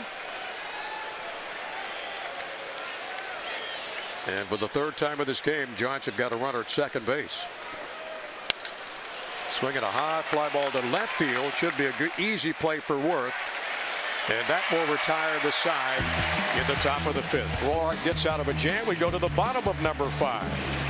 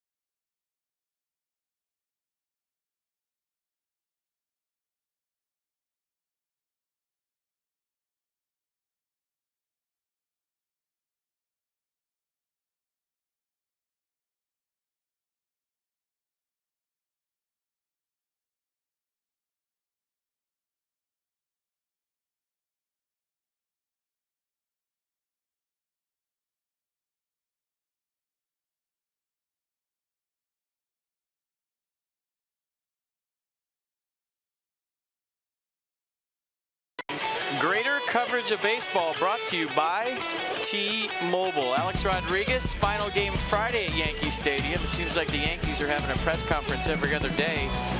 Giancarlo Stanton hit a huge tater last night. The feet, 504, but the amount of time it took to get it out, it was a laser beam. And how about Ichiro? Going for career hit number 3,000 today. He's in the lineup in Colorado. So we'll keep an eye on that. I think when you talk about Ichiro's career, it's more than 3,000 hits. The guy was such a wonderful player for so long. He never went on the DL. I mean, he's a guy that's posted all these years. You just put his name in there, he's ready to go. He takes care of his body. He stretches from the time he gets to the ballpark to the time he leaves. A wonderful right fielder with a cannon for an arm, and one of the fastest guys I ever played against. So, you know, respect for the game, a wonderful player. Ichiro's career to me is way more than 3,000 hits. And one thing you just mentioned, FP, he never went in the DL. He was ready to play every day. He took care of his body. He was a wonderful player, a graceful player, and a very classy major leaguer. If he gets it today, he becomes a 30th member of that 3,000 hit club. So starting today in Denver against the Rockies.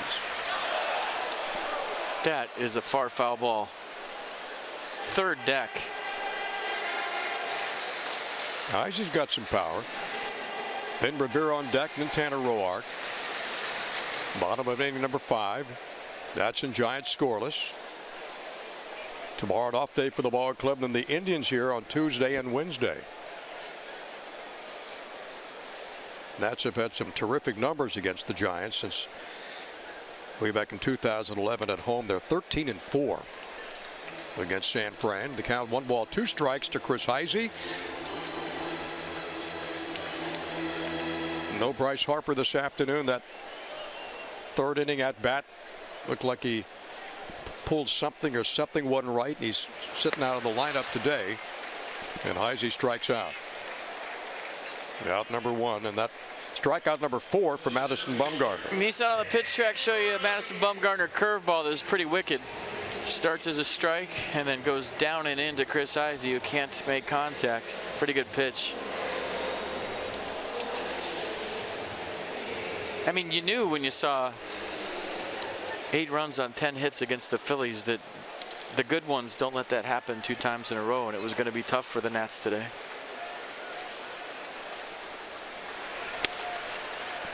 Four strikeouts for the Giants starting left-hander. He's trying to snap a 2-game losing streak. Lost to the Padres, then also lost to Cincinnati. And Ben Revere on. Take it. Yeah.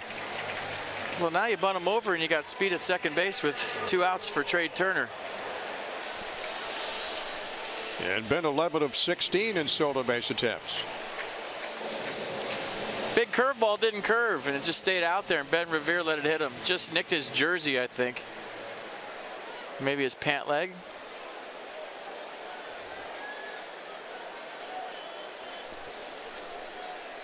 So Revere down at first, a soft toss back. He'll stay in the bag.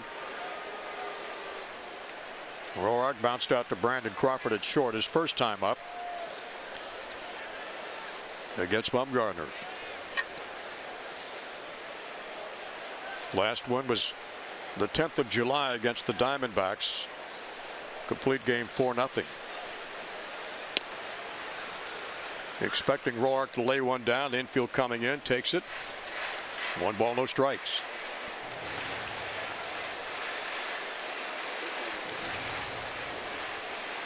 Yeah, bunt doesn't have to be spectacular with Ben Revere on first. Just get it down in the dirt. Direction doesn't even really matter. Just make the first bounce be in that dirt in front of home plate. Nunez in at third. Here he comes. Nice bunt by Roark. Perfectly placed. Bumgarner on to first, and Tanner gets the job done.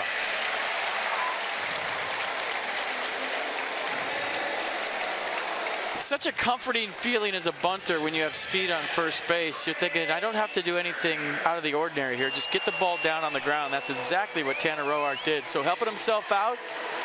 Good stance, bat out in front. And watch the first bounce right in the dirt. Perfect. And as a runner, you're looking for that down angle. As soon as you see it, you take off. Now Trey Turner has a chance to put his club up. So Roark's bunt, perfectly executed, puts Ben Revere at second with 2 outs, and Bumgarner starting off. Trey Turner with a curveball.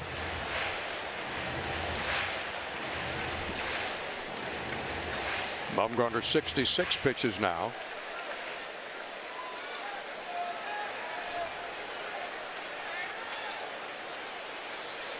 He has thrown over 103 of his last 4 outings.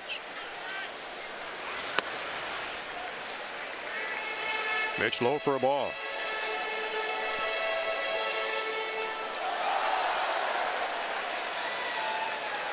Trey Turner with one of the better at-bats of the day last time up, lining out to Nunez at third. Struck out in the first. And Trey with 12 RBIs. Swinging a high fly to center field, but Span has a beat on it, and the side is retired. The Nats cannot score in the 5th. We go to the top of the 6th in a scoreless game.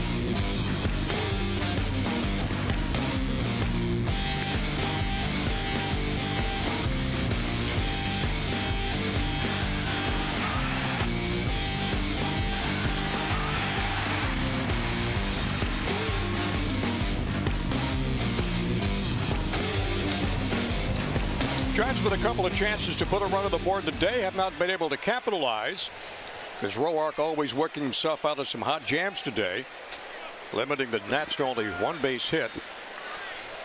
Has been Madison Bumgarner, and Tanner Roark's only given up 5 to San Francisco. He struck out 4 so far. He had walked a couple. Crawford leads off the Giants' 6th inning. Blew out to Worth in left field his first time up. And then to Revere in center field his second time up. Heisey drifting in, and he'll take that one. And Crawford is retired.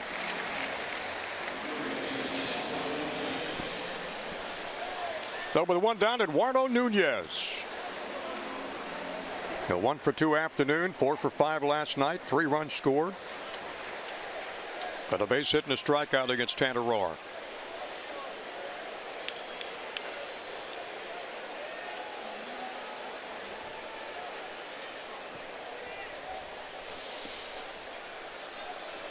Giants with 0-5-0, and the Nats 0-1-0.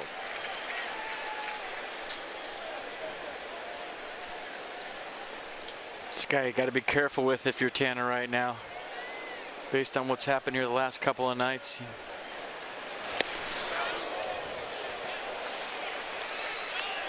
not what he wanted to do. So he hits Nunez.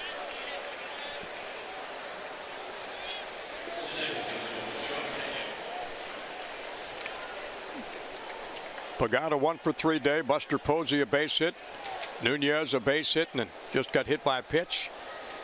Panik with a single. And Madison Bumgarner trying to help his own cause, and will 1 for 2 day as well. Nunez with 27 stolen bases. He's been caught 6 times, so let the games begin.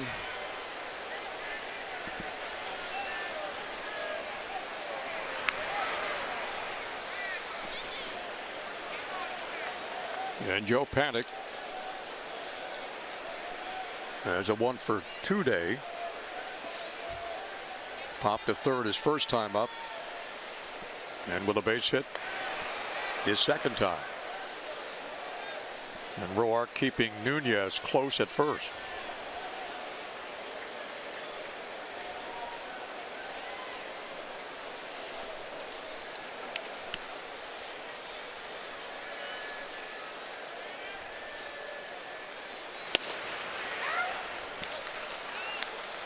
I like Eduardo Nunez's stance when he gets out there in his lead.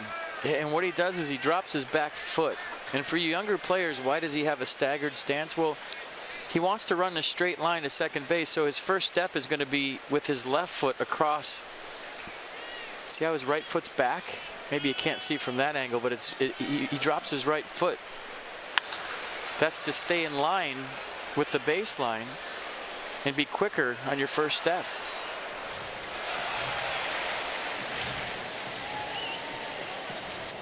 Yeah, good angle from the camera view there too. Now Daniel Murphy holding Nunez on.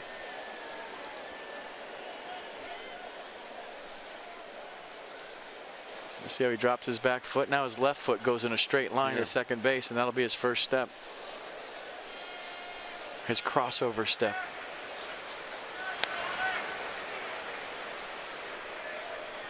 One ball, 1 strikes to Joe Panik. If your feet are even, sometimes your first step when you bring that left leg around is toward the grass on the infield, so you get out of whack, you get out of line, you lose a half a step.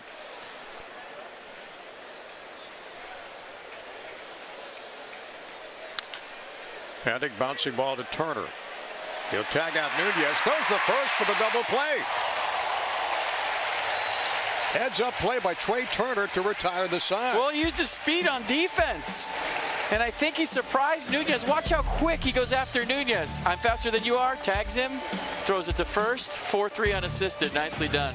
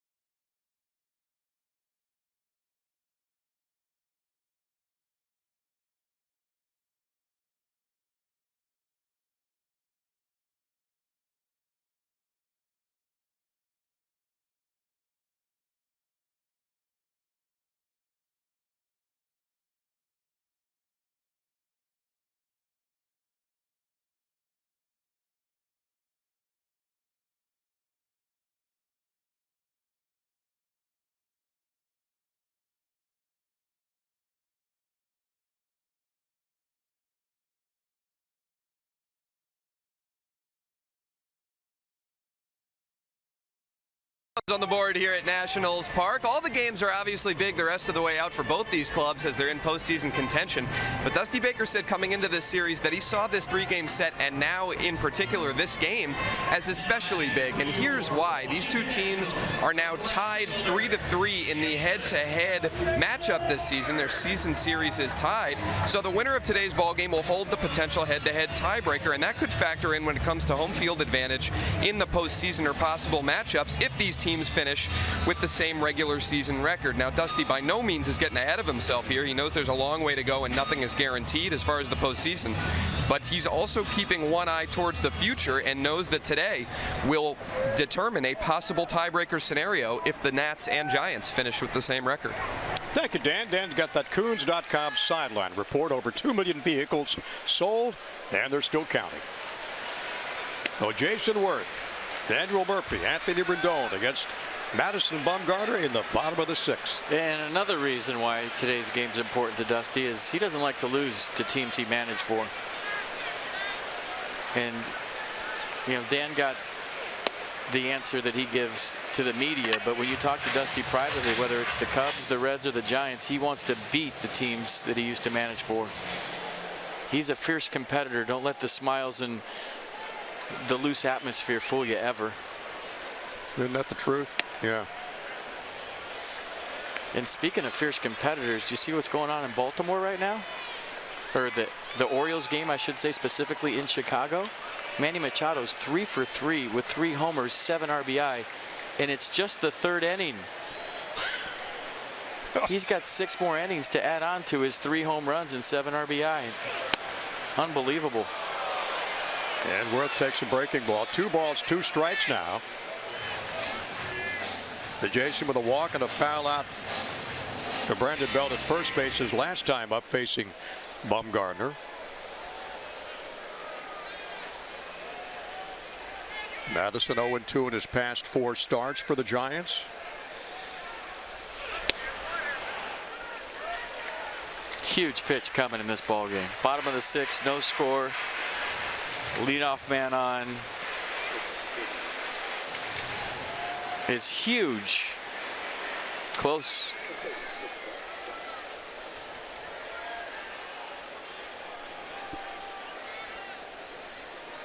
Bumgarner career against the Nats 3 and 4.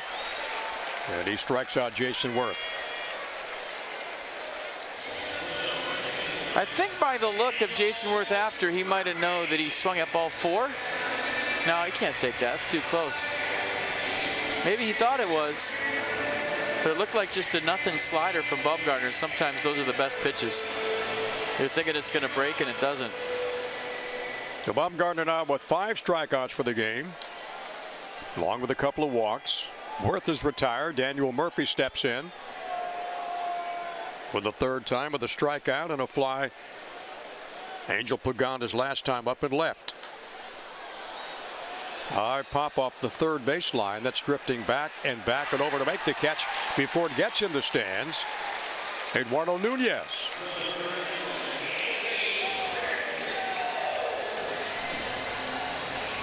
So the Nationals 1 base knock today. That was Anthony Rendon's double in the 4th inning. And don't like to see those goose eggs, do you, FP? They face a good left-hander. They're facing a good right-hander. It's the pitchers do what we thought it would be today, but all it takes is 1 swing. 6 total hits in this game, 5 for the Giants. Rendon up for the 3rd time. And had that double in the 4th inning, 46 RBIs, 13 homers for Anthony.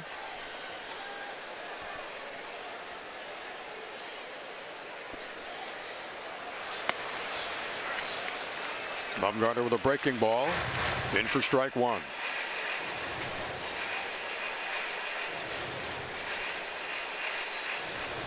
When you look at day games this year for the Giants, they've got the best record in Major League Baseball.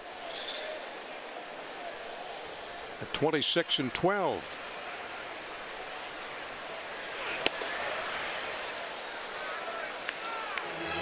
Counts even at 1-1. Bumgarner now with 77 pitches thrown.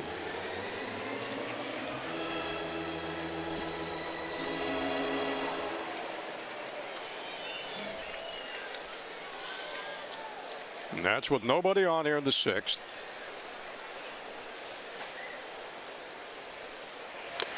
The Cubs are 3rd on that list. They're 33-18 in day games. And if you play a lot of day games like the Giants and Cubs do, you get used to day games. So you play better. You're on that schedule. When you go night, night, night, night, all of a sudden a 1 o'clock start, you feel like you're a zombie out there sleepwalking.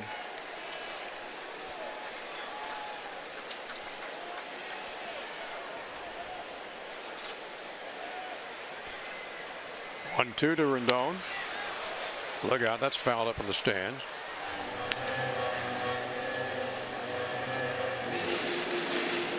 Madison Bumgarner with 9 against the Padres back in May.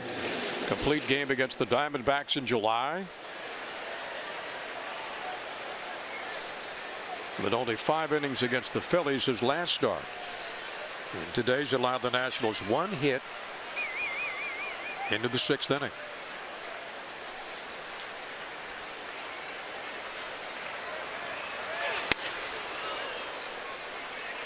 Good take by Rendon. It's a good pitch by Bumgarner. Yeah. He wants you thinking about that fastball in, so he throws one close to you.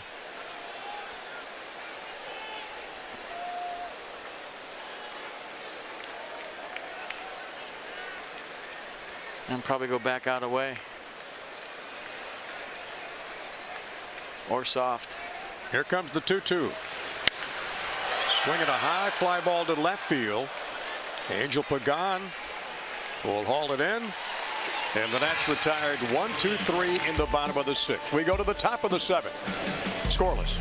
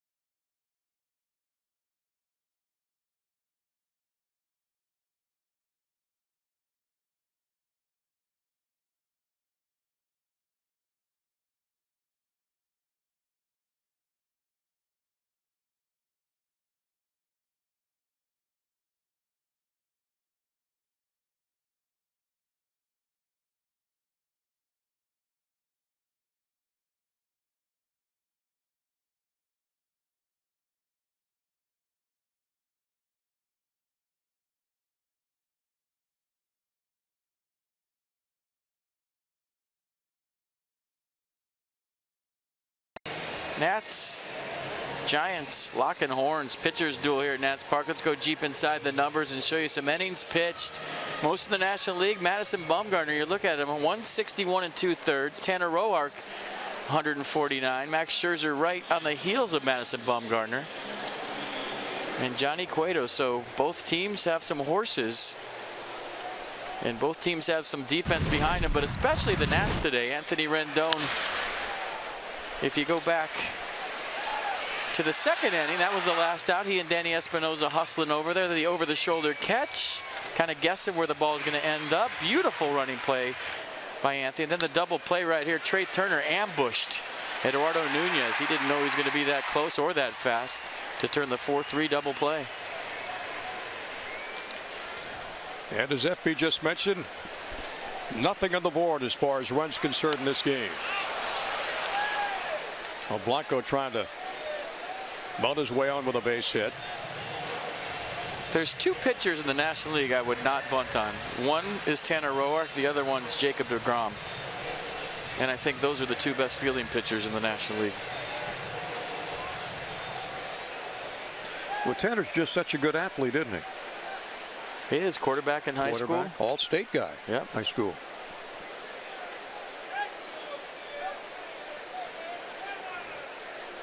And such a big plus if pitchers can really feel that position.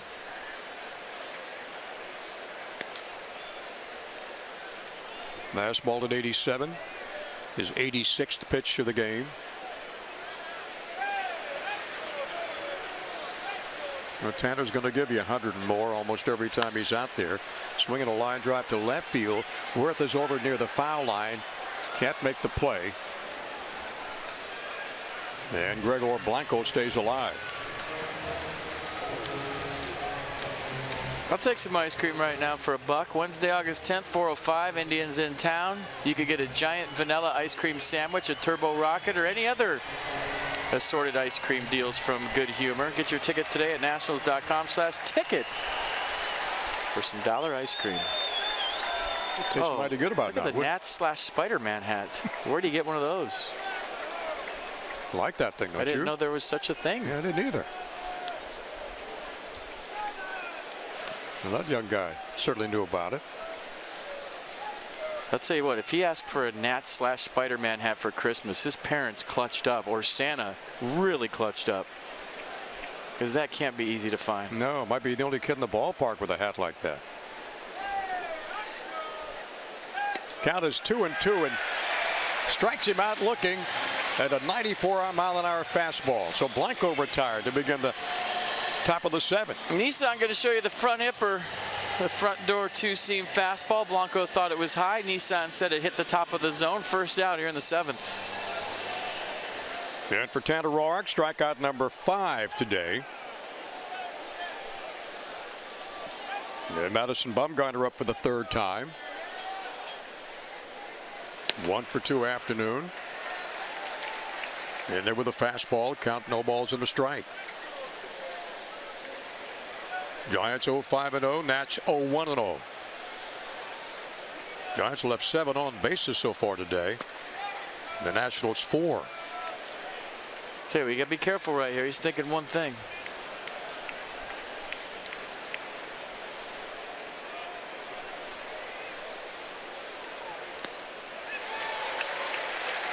And that's being careful. Nice slider.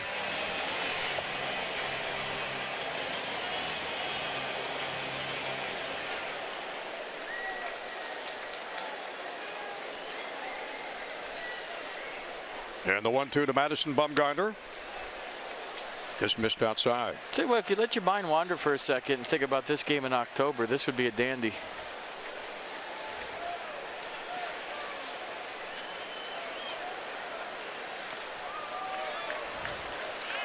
Seems like all the games these two teams have played this year have been. Isn't that the truth? Pretty good games.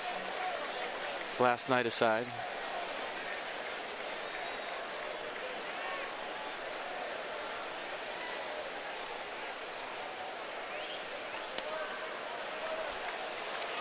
And the count goes to 3-2. Now he walked him. Only the 3rd walk of the game for Tanner Roark.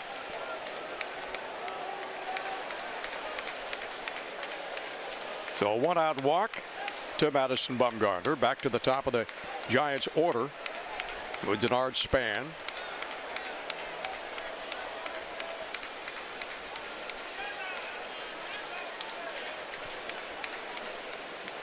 Daniel Murphy going to play right behind Bumgarner at first. Keep him close, but still get some range with a left-hander hitting.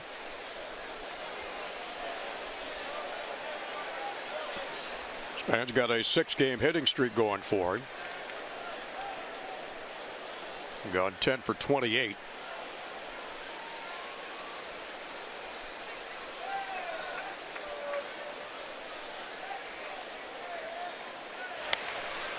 Bouncing ball to 3rd. Rendon to 2nd. Turner for 1. Back to 1st. And they can't get the double play. Span beats it out. But they get the lead runner, and Bumgarner retired. So just a cue shot off the end from Denard, and Anthony Rendon got rid of it quick. Trey Turner got rid of it quick, but watch Denard hustle down the line as soon as he realizes this could be a double play. Good turn by Trey Turner. And all things considered, pretty good exchange of runners for the Giants. Look for Denard to be off to the races here soon.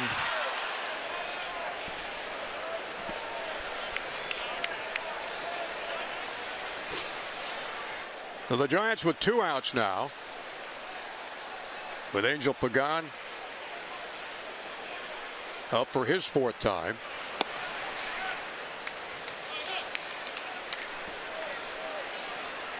If you're any major league hitter and you get on with 2 outs in a tie game in the 7th inning, you have to steal second base, or at least get thrown out trying.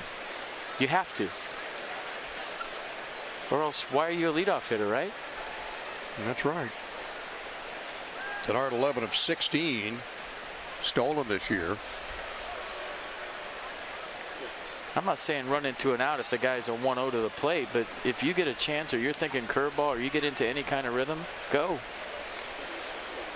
Pretty good list. Max with 15, Tanner with 13.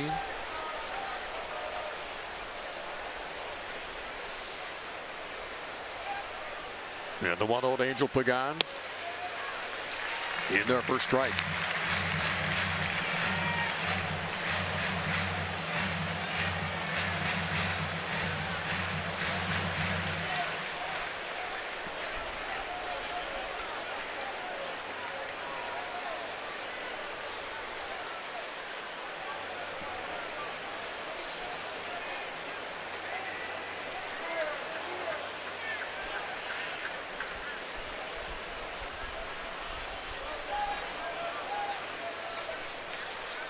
And Span back in safely.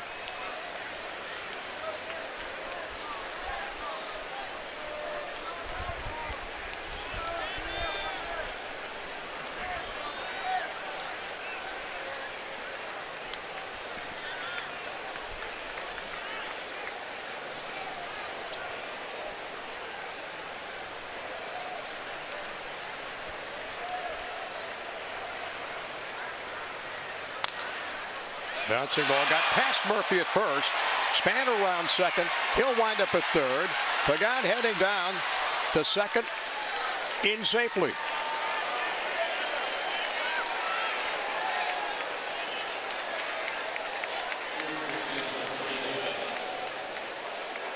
So Murphy comes off the bag. I don't think the ball was hit that hard, but he caught the in-between hop. Maybe if he takes one more step toward the plate, he gets the bottom of that big hop, but he got caught in between. He tried to do the backhand Olay, and now all of a sudden drama here with 2 outs in the top of the 7th. Runners at second and third for Brandon Belt. And that has to be an error, right? Correct.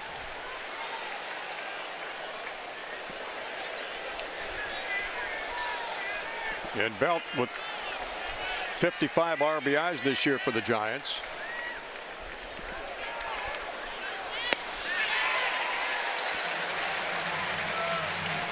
And the Giants have been in this situation before with runners at second and third.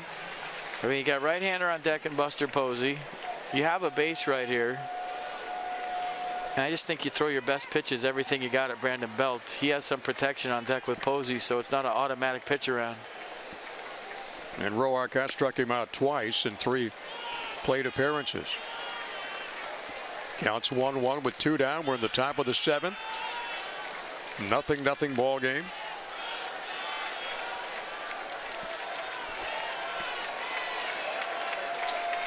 Span at third, Pagan at second. And it's a ball game right here. No question. Inside with the fastball. And it's 1-1. 104th pitch coming from Tanner. And there's been some high-stress moments in this, so all of a sudden there's action in the Nats bullpen, but big pitch coming.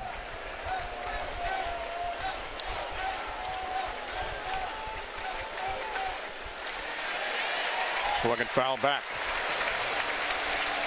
This is where Tanner could use a little help from his friends in the stands.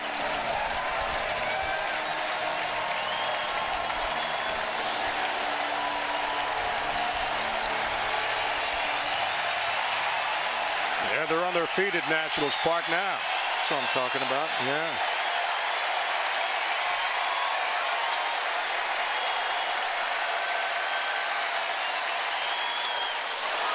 swinging a drive to center.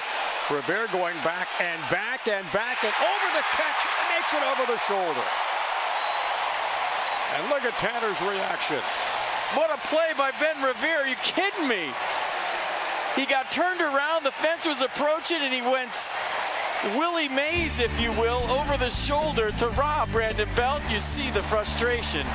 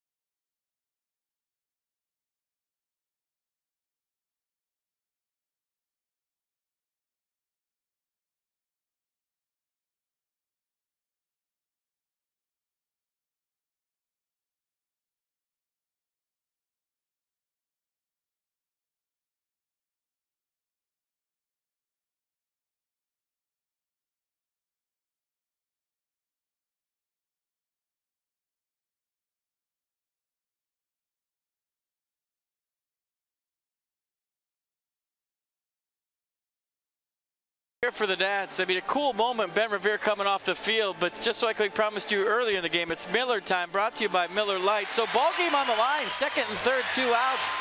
Top of the 7th, no score. Ben gets turned around, and with the fence approaching, does his best Willie Mays impersonation to rob Brandon Belt of a double or more and keep this a scoreless game.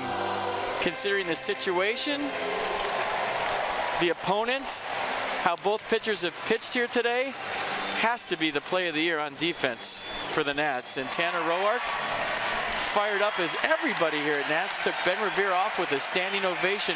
One of the cooler moments at the ballpark all season long. And deservedly so for Ben Revere. Congratulated by all of his teammates.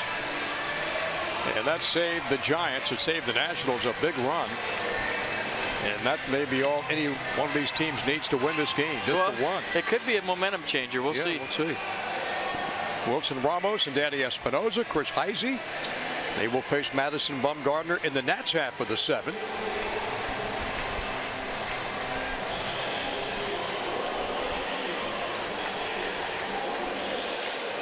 Wow, what a catch by Revere.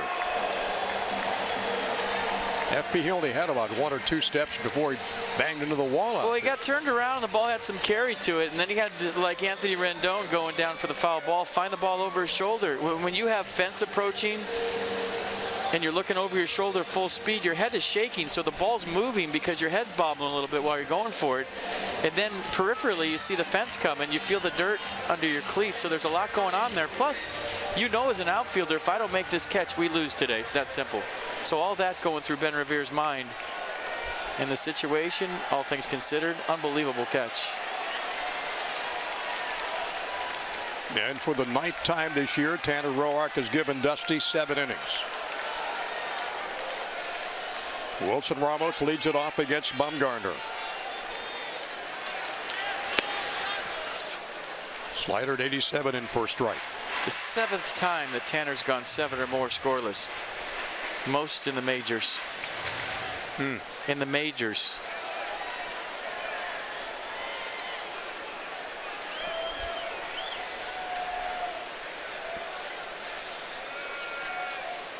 And the 0-1 pitch.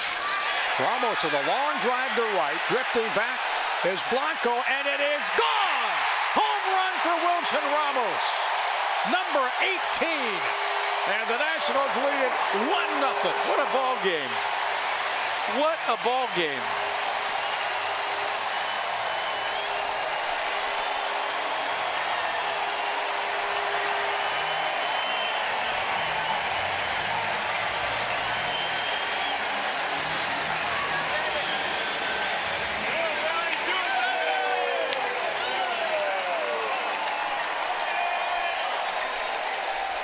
Tell you, man, Ben Revere changed the momentum of this ball game. That play he made fired up the ball club, fired up the fans, and Wilson Ramos still probably fired up by the play. Extra jolt of adrenaline puts his team up 1-0. Buffalo homer. Continues to pad his career high with home run numbers. 18th given up this year by Bumgarner. Look at it once again. Well, when he hit it, we were all hoping, but I wasn't sure. Wilson thought he just missed it. You see the reaction there, and then the ball carries. Watch the reaction by Wilson. Kind of threw his bat down in frustration, like just missed it. There was some backspin and carry to the ball. It gets out barely over the fence, and it puts the Nats up 1-0. How about the last 5 minutes? Is that excitement for you? Wow. Espinosa fouls one back out of play. 0-2 the count to Danny.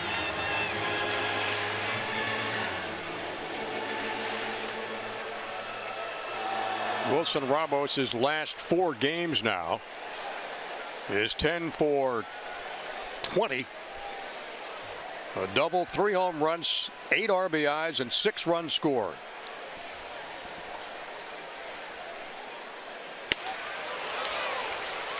And the swing and a miss for Danny Espinosa. Strikes out for the 2nd time against Bumgarner.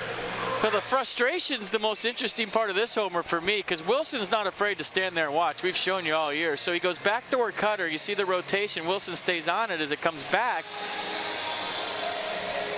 But we've seen Wilson's body language. He put his head down like, darn, for TV. And then a curtain call for the Buffalo. Why not?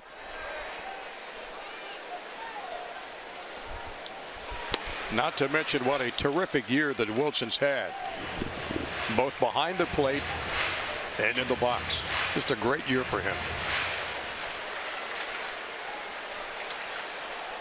3 home runs now the last 5 games.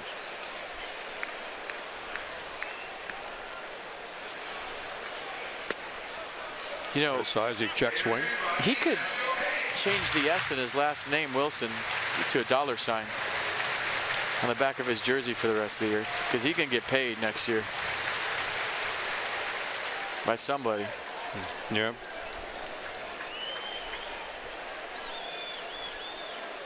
Yeah, no need to tell you how much he loves playing here, and the fans love him too. See Tanner getting ready to hit. I don't think he's done yet, or at least in his mind he isn't. And maybe with a short bench today, Dusty's going to let him hit regardless. Yeah, the 1-2 pitch to Chris Heisey. That's inside. With Ben Revere on deck, he will get a thunderous ovation when he comes to the plate.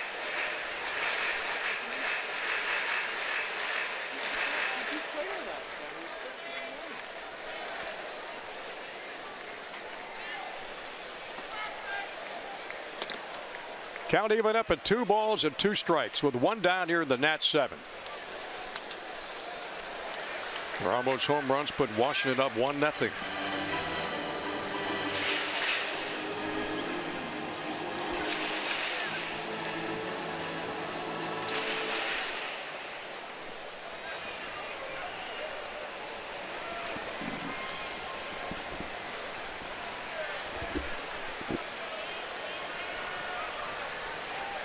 Yeah, the pitch from Bumgarner.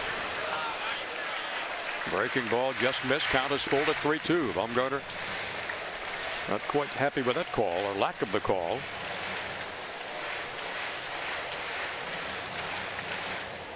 Ramos with 62 RBIs on the year, 18 home runs.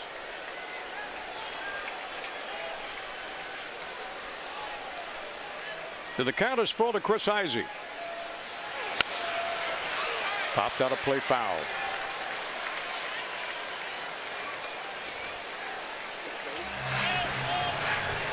Sean Kelly loosening up in the Nats bullpen.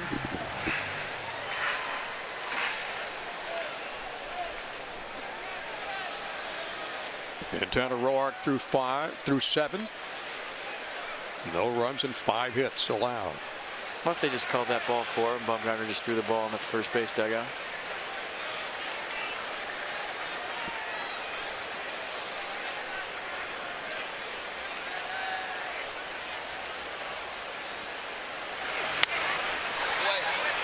Again, Heisey stays alive, fouls it out of play to the right side. He's fighting.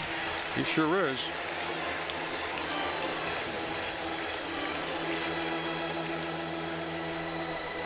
Nationals beat Bumgarner, that 2014 NLDS in Game 3. Nissan showing you the whole at bat.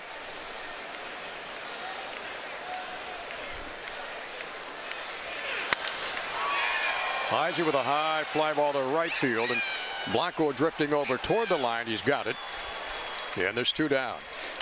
You want to follow the Nationals baseball live with the MLB.com at-bat app. Stay up to the moment at any moment with Game Day, live game video highlights, and StatCast. You can download MLB.com at-bat, the #1 app for live baseball in your phone and your tablet.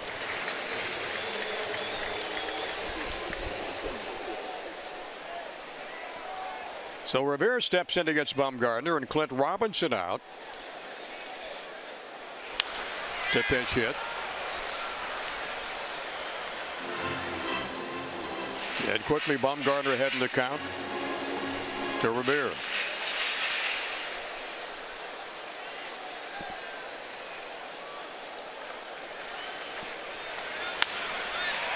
Swinging a fly to left field. Angel Pagan again. He'll come in a couple of steps, gets it, and the side is retired, but not before Wilson Ramos goes deep. The other way, you see the reaction from Wilson. The reaction would change as soon as the ball landed in the first row.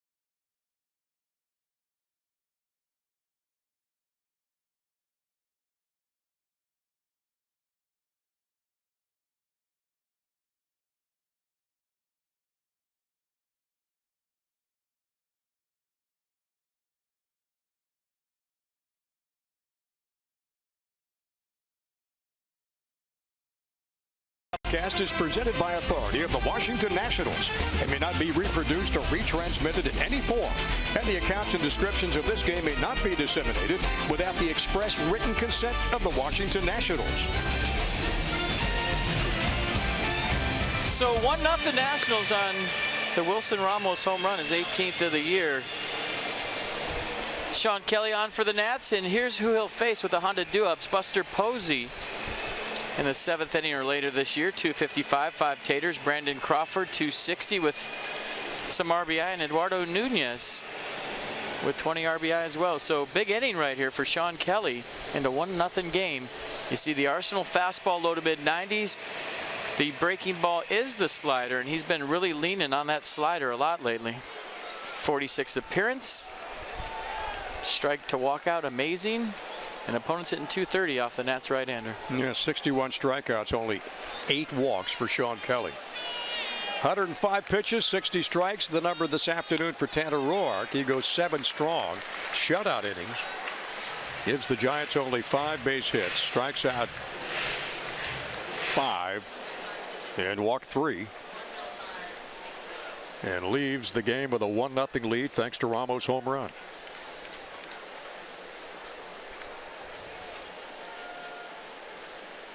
Buster Posey facing Sean Kelly, leading off the Giants' 8th inning.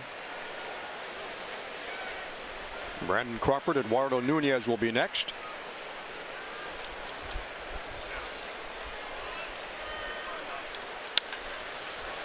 Bouncing ball to Trey Turner at second, on to Daniel Murphy at first. 1 up, 1 down. Speaking of Sean Kelly, let's go on to Dan for the latest. Bob, Sean Kelly told me, or sorry, Johnny, I'm so used to saying Bob. Goodness. Sean Kelly told me earlier on this season that he goes through phases with his fastball and his breaking ball where he'll lean more heavily on one than the other. We saw early on in this season a lot of sliders from Sean Kelly. He's noticed the opposition picking up on that. So there was a stretch where he went very heavy on the fastball. And of late, as FP just said, back to the slider. His most recent appearance against the Diamondbacks, August 2nd, 13 of his 19 pitches were sliders. So he's been back on that breaking ball more of late. Okay, Jerry, no problem at all. Nicely done, Christina. Oh, yeah. Wait till I see Coco again.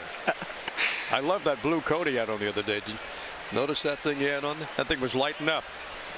I asked him if all the guys in the trumpet section wore those coats. It's a good dresser. They got 1 away. We're at the top of the 8th. Nats 1, Giants nothing. And the Nats trying to win another series from the Giants at home. And win the season series as well, 4-3. The 1-1 pitch. Swinging a high foul down the left side. Rendon racing back before the stands. Can't get to it. See, that was harder than the other one because you're right. When he was going for the first one, he knew he had space, that there was no fence to deal with. So as a fielder, when you don't have to worry about the wall, and that's a good Nats fan. Look at her getting out of the way to protect the catch attempt by Anthony Rendon. Yeah, tough one right there. Nice try. But earlier he made a whale of a catch with Espinosa closing in on him, as well as Jason Worth down that third base foul line. Count to Brandon Crawford, 2 balls, 2 strikes, 1 away in the top of the 8th. Was this down? Close.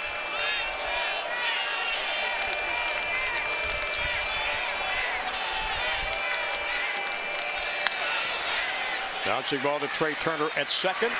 He got the great range, fires on to Murphy, and there's 2 down.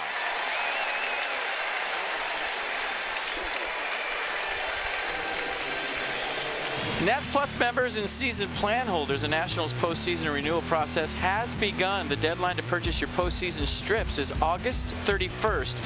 Plus, if you're new for 2017 by that same date, you receive an extra postseason ticket offer.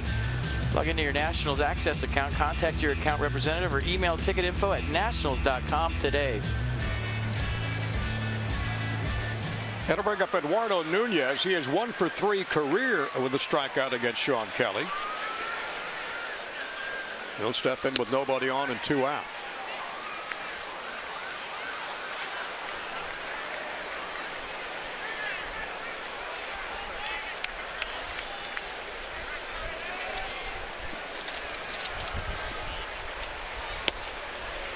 That pitch in there for a strike. Boy, FP, this has been a terrific ball game. I mean, well pitched. It's great defense. Yep.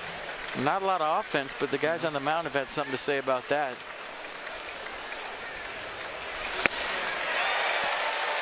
.95 with a fastball. Well, I talked to Sean the other day after his appearance in Arizona. He said the fastball just wasn't coming out. And as a pitcher, you go through those dead arm periods throughout the course of a season. So what does he do? As a veteran guy, he's really been leaning on his slider, like Dan said, but it's coming out today. That pitch is high to Nunez.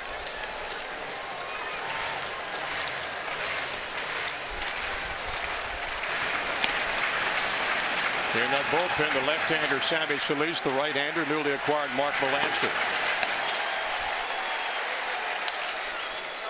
Held out of play. Giants 2-3 in their road trip. They still got to go to Miami after this. If Melancon's up right now and he's getting loose, it might be for a 4-out save should somebody reach. Usually you don't see closers throw until, you know, after this inning's over. So if he's getting hot right now, Dusty's thinking about using him here in the 8th. And Sean Kelly with a 95-mile-an-hour fastball strikes out Eduardo Nunez to end the inning. And we go to the bottom of the 8th. The Nationals 1 and the Giants nothing.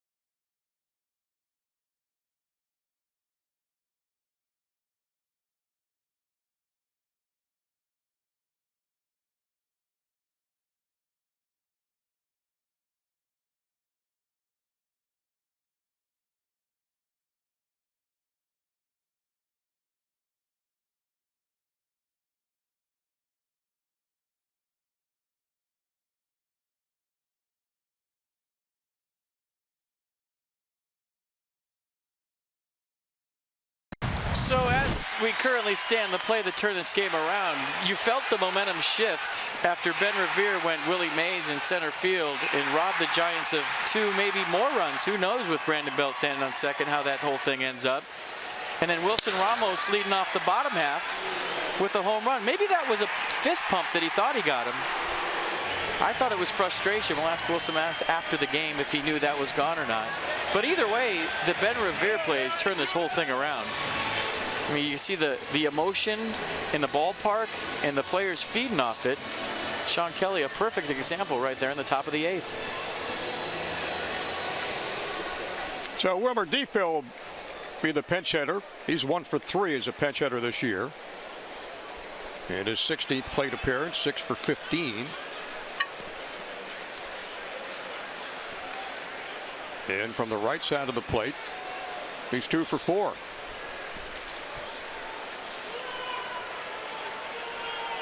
Bruce Bochy trying to give his left-hander a chance to win this ball game by pitching the bottom of the 8th. Well, it's Difo and then Trey Turner and Jason Worth.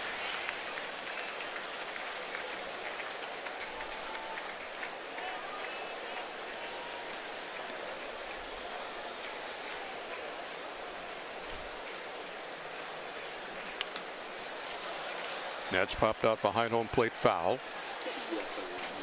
WUSA 9 and Metro want to help you navigate the extensive track work currently going on. Look for Mission Metro alerts on air and download the WUSA 9 app for help getting around town.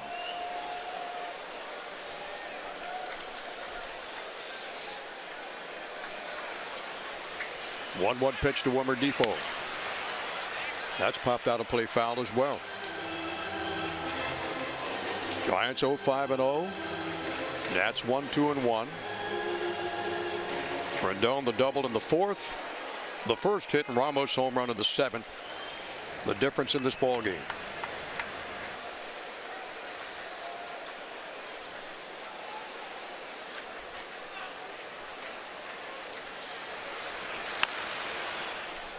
And Difo stays alive. Well, one thing we've learned about Wilmer in the short time we've seen him is he likes to swing.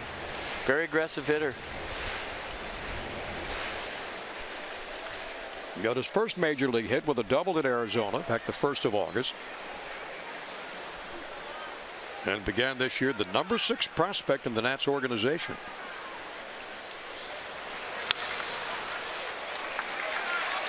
Fouls off a Bumgarner 88-mile-an-hour slider. A couple of years ago won the Bob Boone Award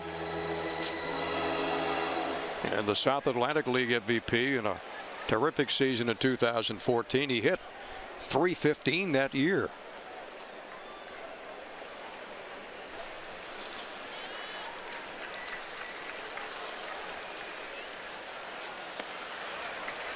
Good take. Yeah.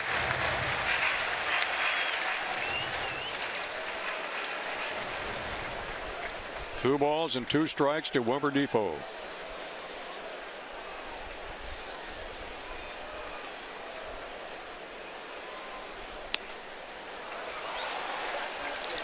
And Madison Bumgarner racks up another strikeout. That's number 7 for the day.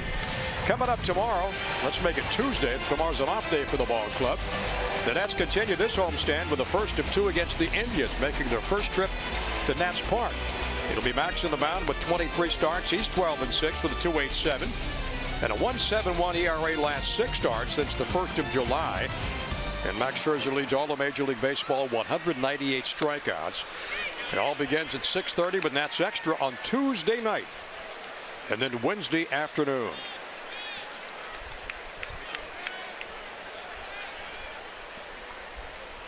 With nobody on, Trey Turner up. One hopper to short, and Crawford on to Brandon Belt, and he's retired.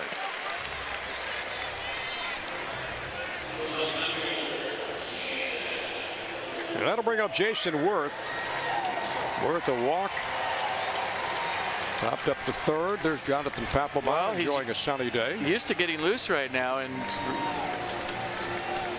he's just laying out in the sun, it looks like.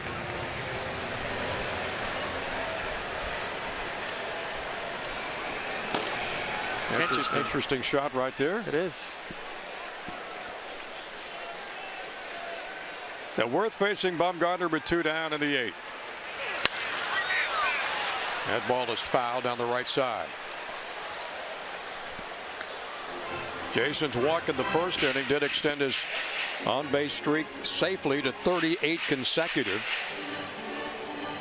Got a walk last night in the 5th inning. He could be visualizing. Yeah.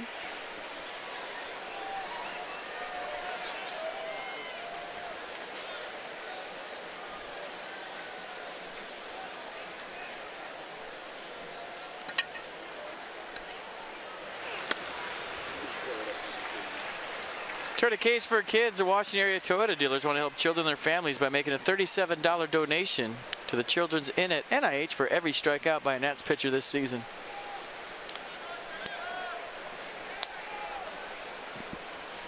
Count even up at 1-1 to Jason Worth. Nobody on. 1-0 Nats in the bottom half of the 8th inning. And the count's 2-1. Bumgarner pretty good control today. He's walked only 2 Nationals and struck out 7.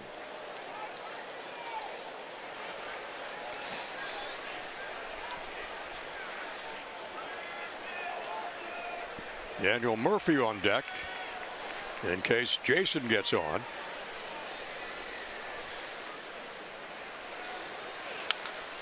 That pitch again foul back. Bumgarner 110 pitches in this game.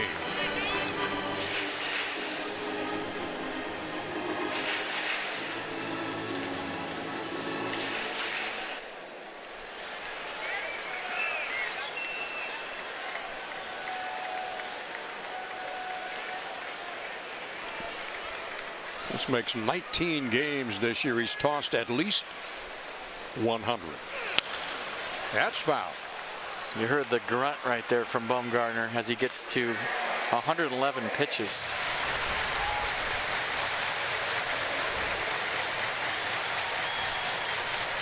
I'll tell you what, I'd take both pitchers today, both starters on my team any day. You're not kidding. Old school. When they take the ball, it's their day to go at least 7. And they're going to stick their nose in there and compete, whether they're at the plate, on the mound, on the bases, wherever. Inside and tight on Jason, runs the count to full 3-2. Bumgarner against Arizona July the 10th through 117 in a complete game, 4-0 shutout. And then back in April against San Diego, 114 pitches, won that one 5-4, went 6 2/3. And today 112, here the 8th. Worth with a long drive to left field, and drifting back, then coming in to grab it will be Angel Pagan, and that takes care of the Nationals' 8th. 1-0 as we head to the top of the 9th in Washington.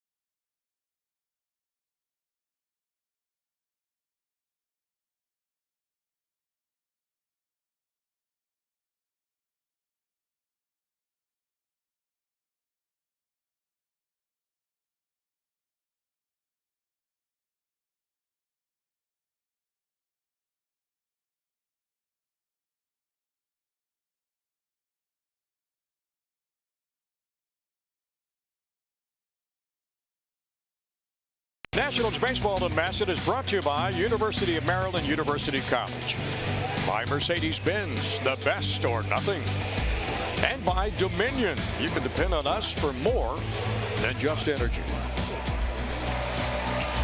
But 1-0 at the top of the 9th. Mark Melancon, the Nats' new closer on the mound. He walked in to a huge ovation, but there was a play in the 4th inning that we have to show you again. I said circle it at the time. You remember with 2 outs, Joe Panik singled up the middle, and Buster Posey was held at third by Giants third base coach Roberto Kelly. Ben Revere, not known for a cannon in center field. The Giants would end up not scoring. I think Buster Posey would have scored, and here we go in a 1-0 game to the top of the 9th. UPS Store called the bullpen. Together there's nothing we can't solve. Visit the upsstore.com for locations. And here he is to a standing ovation. The Nats closer, Mark Melancon. His arsenal is a fastball cutter and a nasty curve. The fastball, the natural fastball, cuts a little bit too. So here we go, a 1-run save. This is why the Nats got Mark Melancon. 4th appearance for the Nationals. He's pitched 3 innings, given up just 1 base hit, hadn't walked anybody, struck out 4. And opponents hitting 100 off Mark Melancon. He's got a 1-0 lead. In the top of the 9th, Joe Panik leads it off. And starts him off with a fastball at 95 in there for a strike. Stick around when this one's over for the Nats Extra Postgame Show, presented by WB Mason, right after the game, with Byron Kerr and Ray Knight.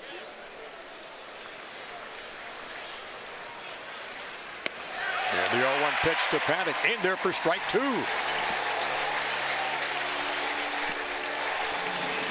A breaking ball at 82.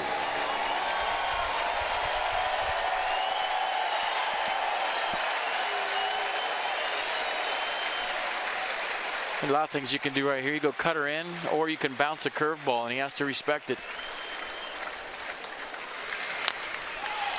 That's fouled down the first base line in the Nats dugout.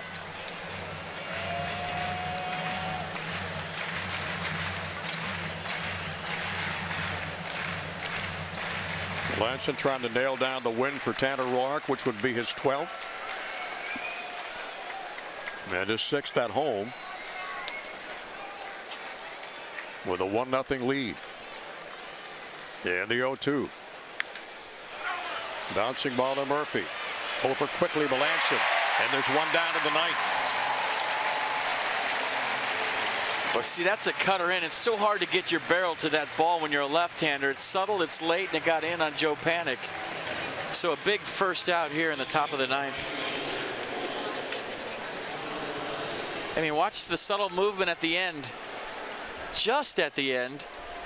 And it goes from barrel to label and a weak ground ball to first. And Connor Gillespie will hit now for Blanco here in the 9th. And Hunter Pence moves into the on-deck circle.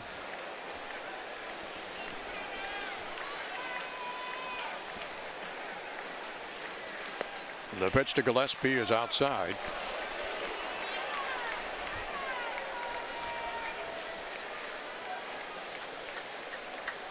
Gillespie 3 for 7 on this road trip. 10 hits his last 27 at-bats.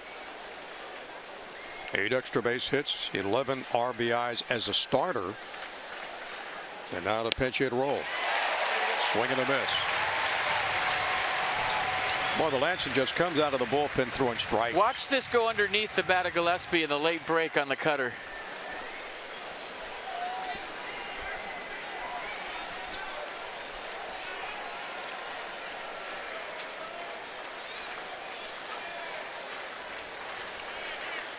And the 1-1 pitch. Check swing. Or strike 2. So a nasty curve from Melancon. Gillespie can't hold up.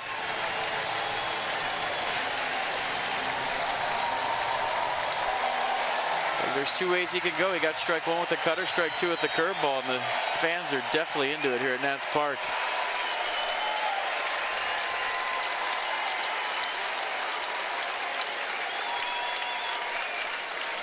And the 1-2 pitch on the way.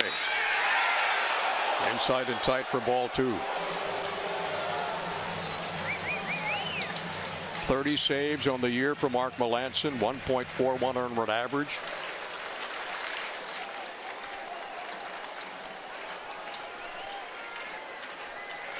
It is 4th appearance as a Nat out of the bullpen. Bell down the third baseline.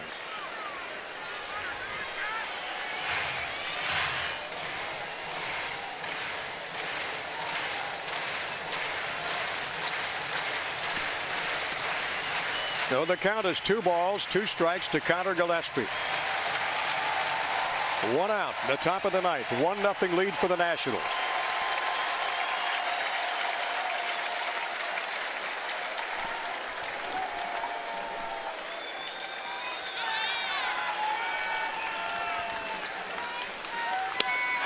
And he strikes out Gillespie.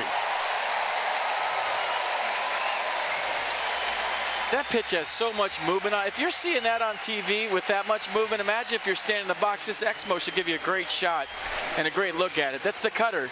So it's kind of just, you know, pressure on the middle finger, and watch the late movement down and underneath the bat of Connor Gillespie. And one more big out to get here for Mark Melancon. Hunter Pence will step in to face Mark Melancon. Everybody on their feet at Nationals Park. Dusty checking his card. Melancon checking with Ramos. And here we go with 2 outs. And a swing and a miss for Pence. Gotta love this, don't you, FP? Good atmosphere, crowd on their feet. Great ball game.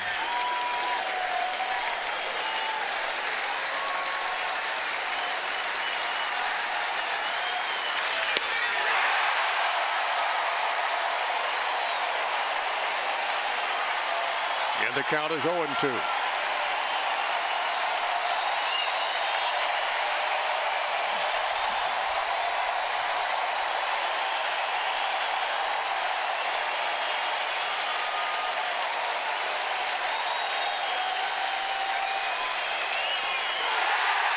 strikes out, and the game is over. Nationals win it 1-0.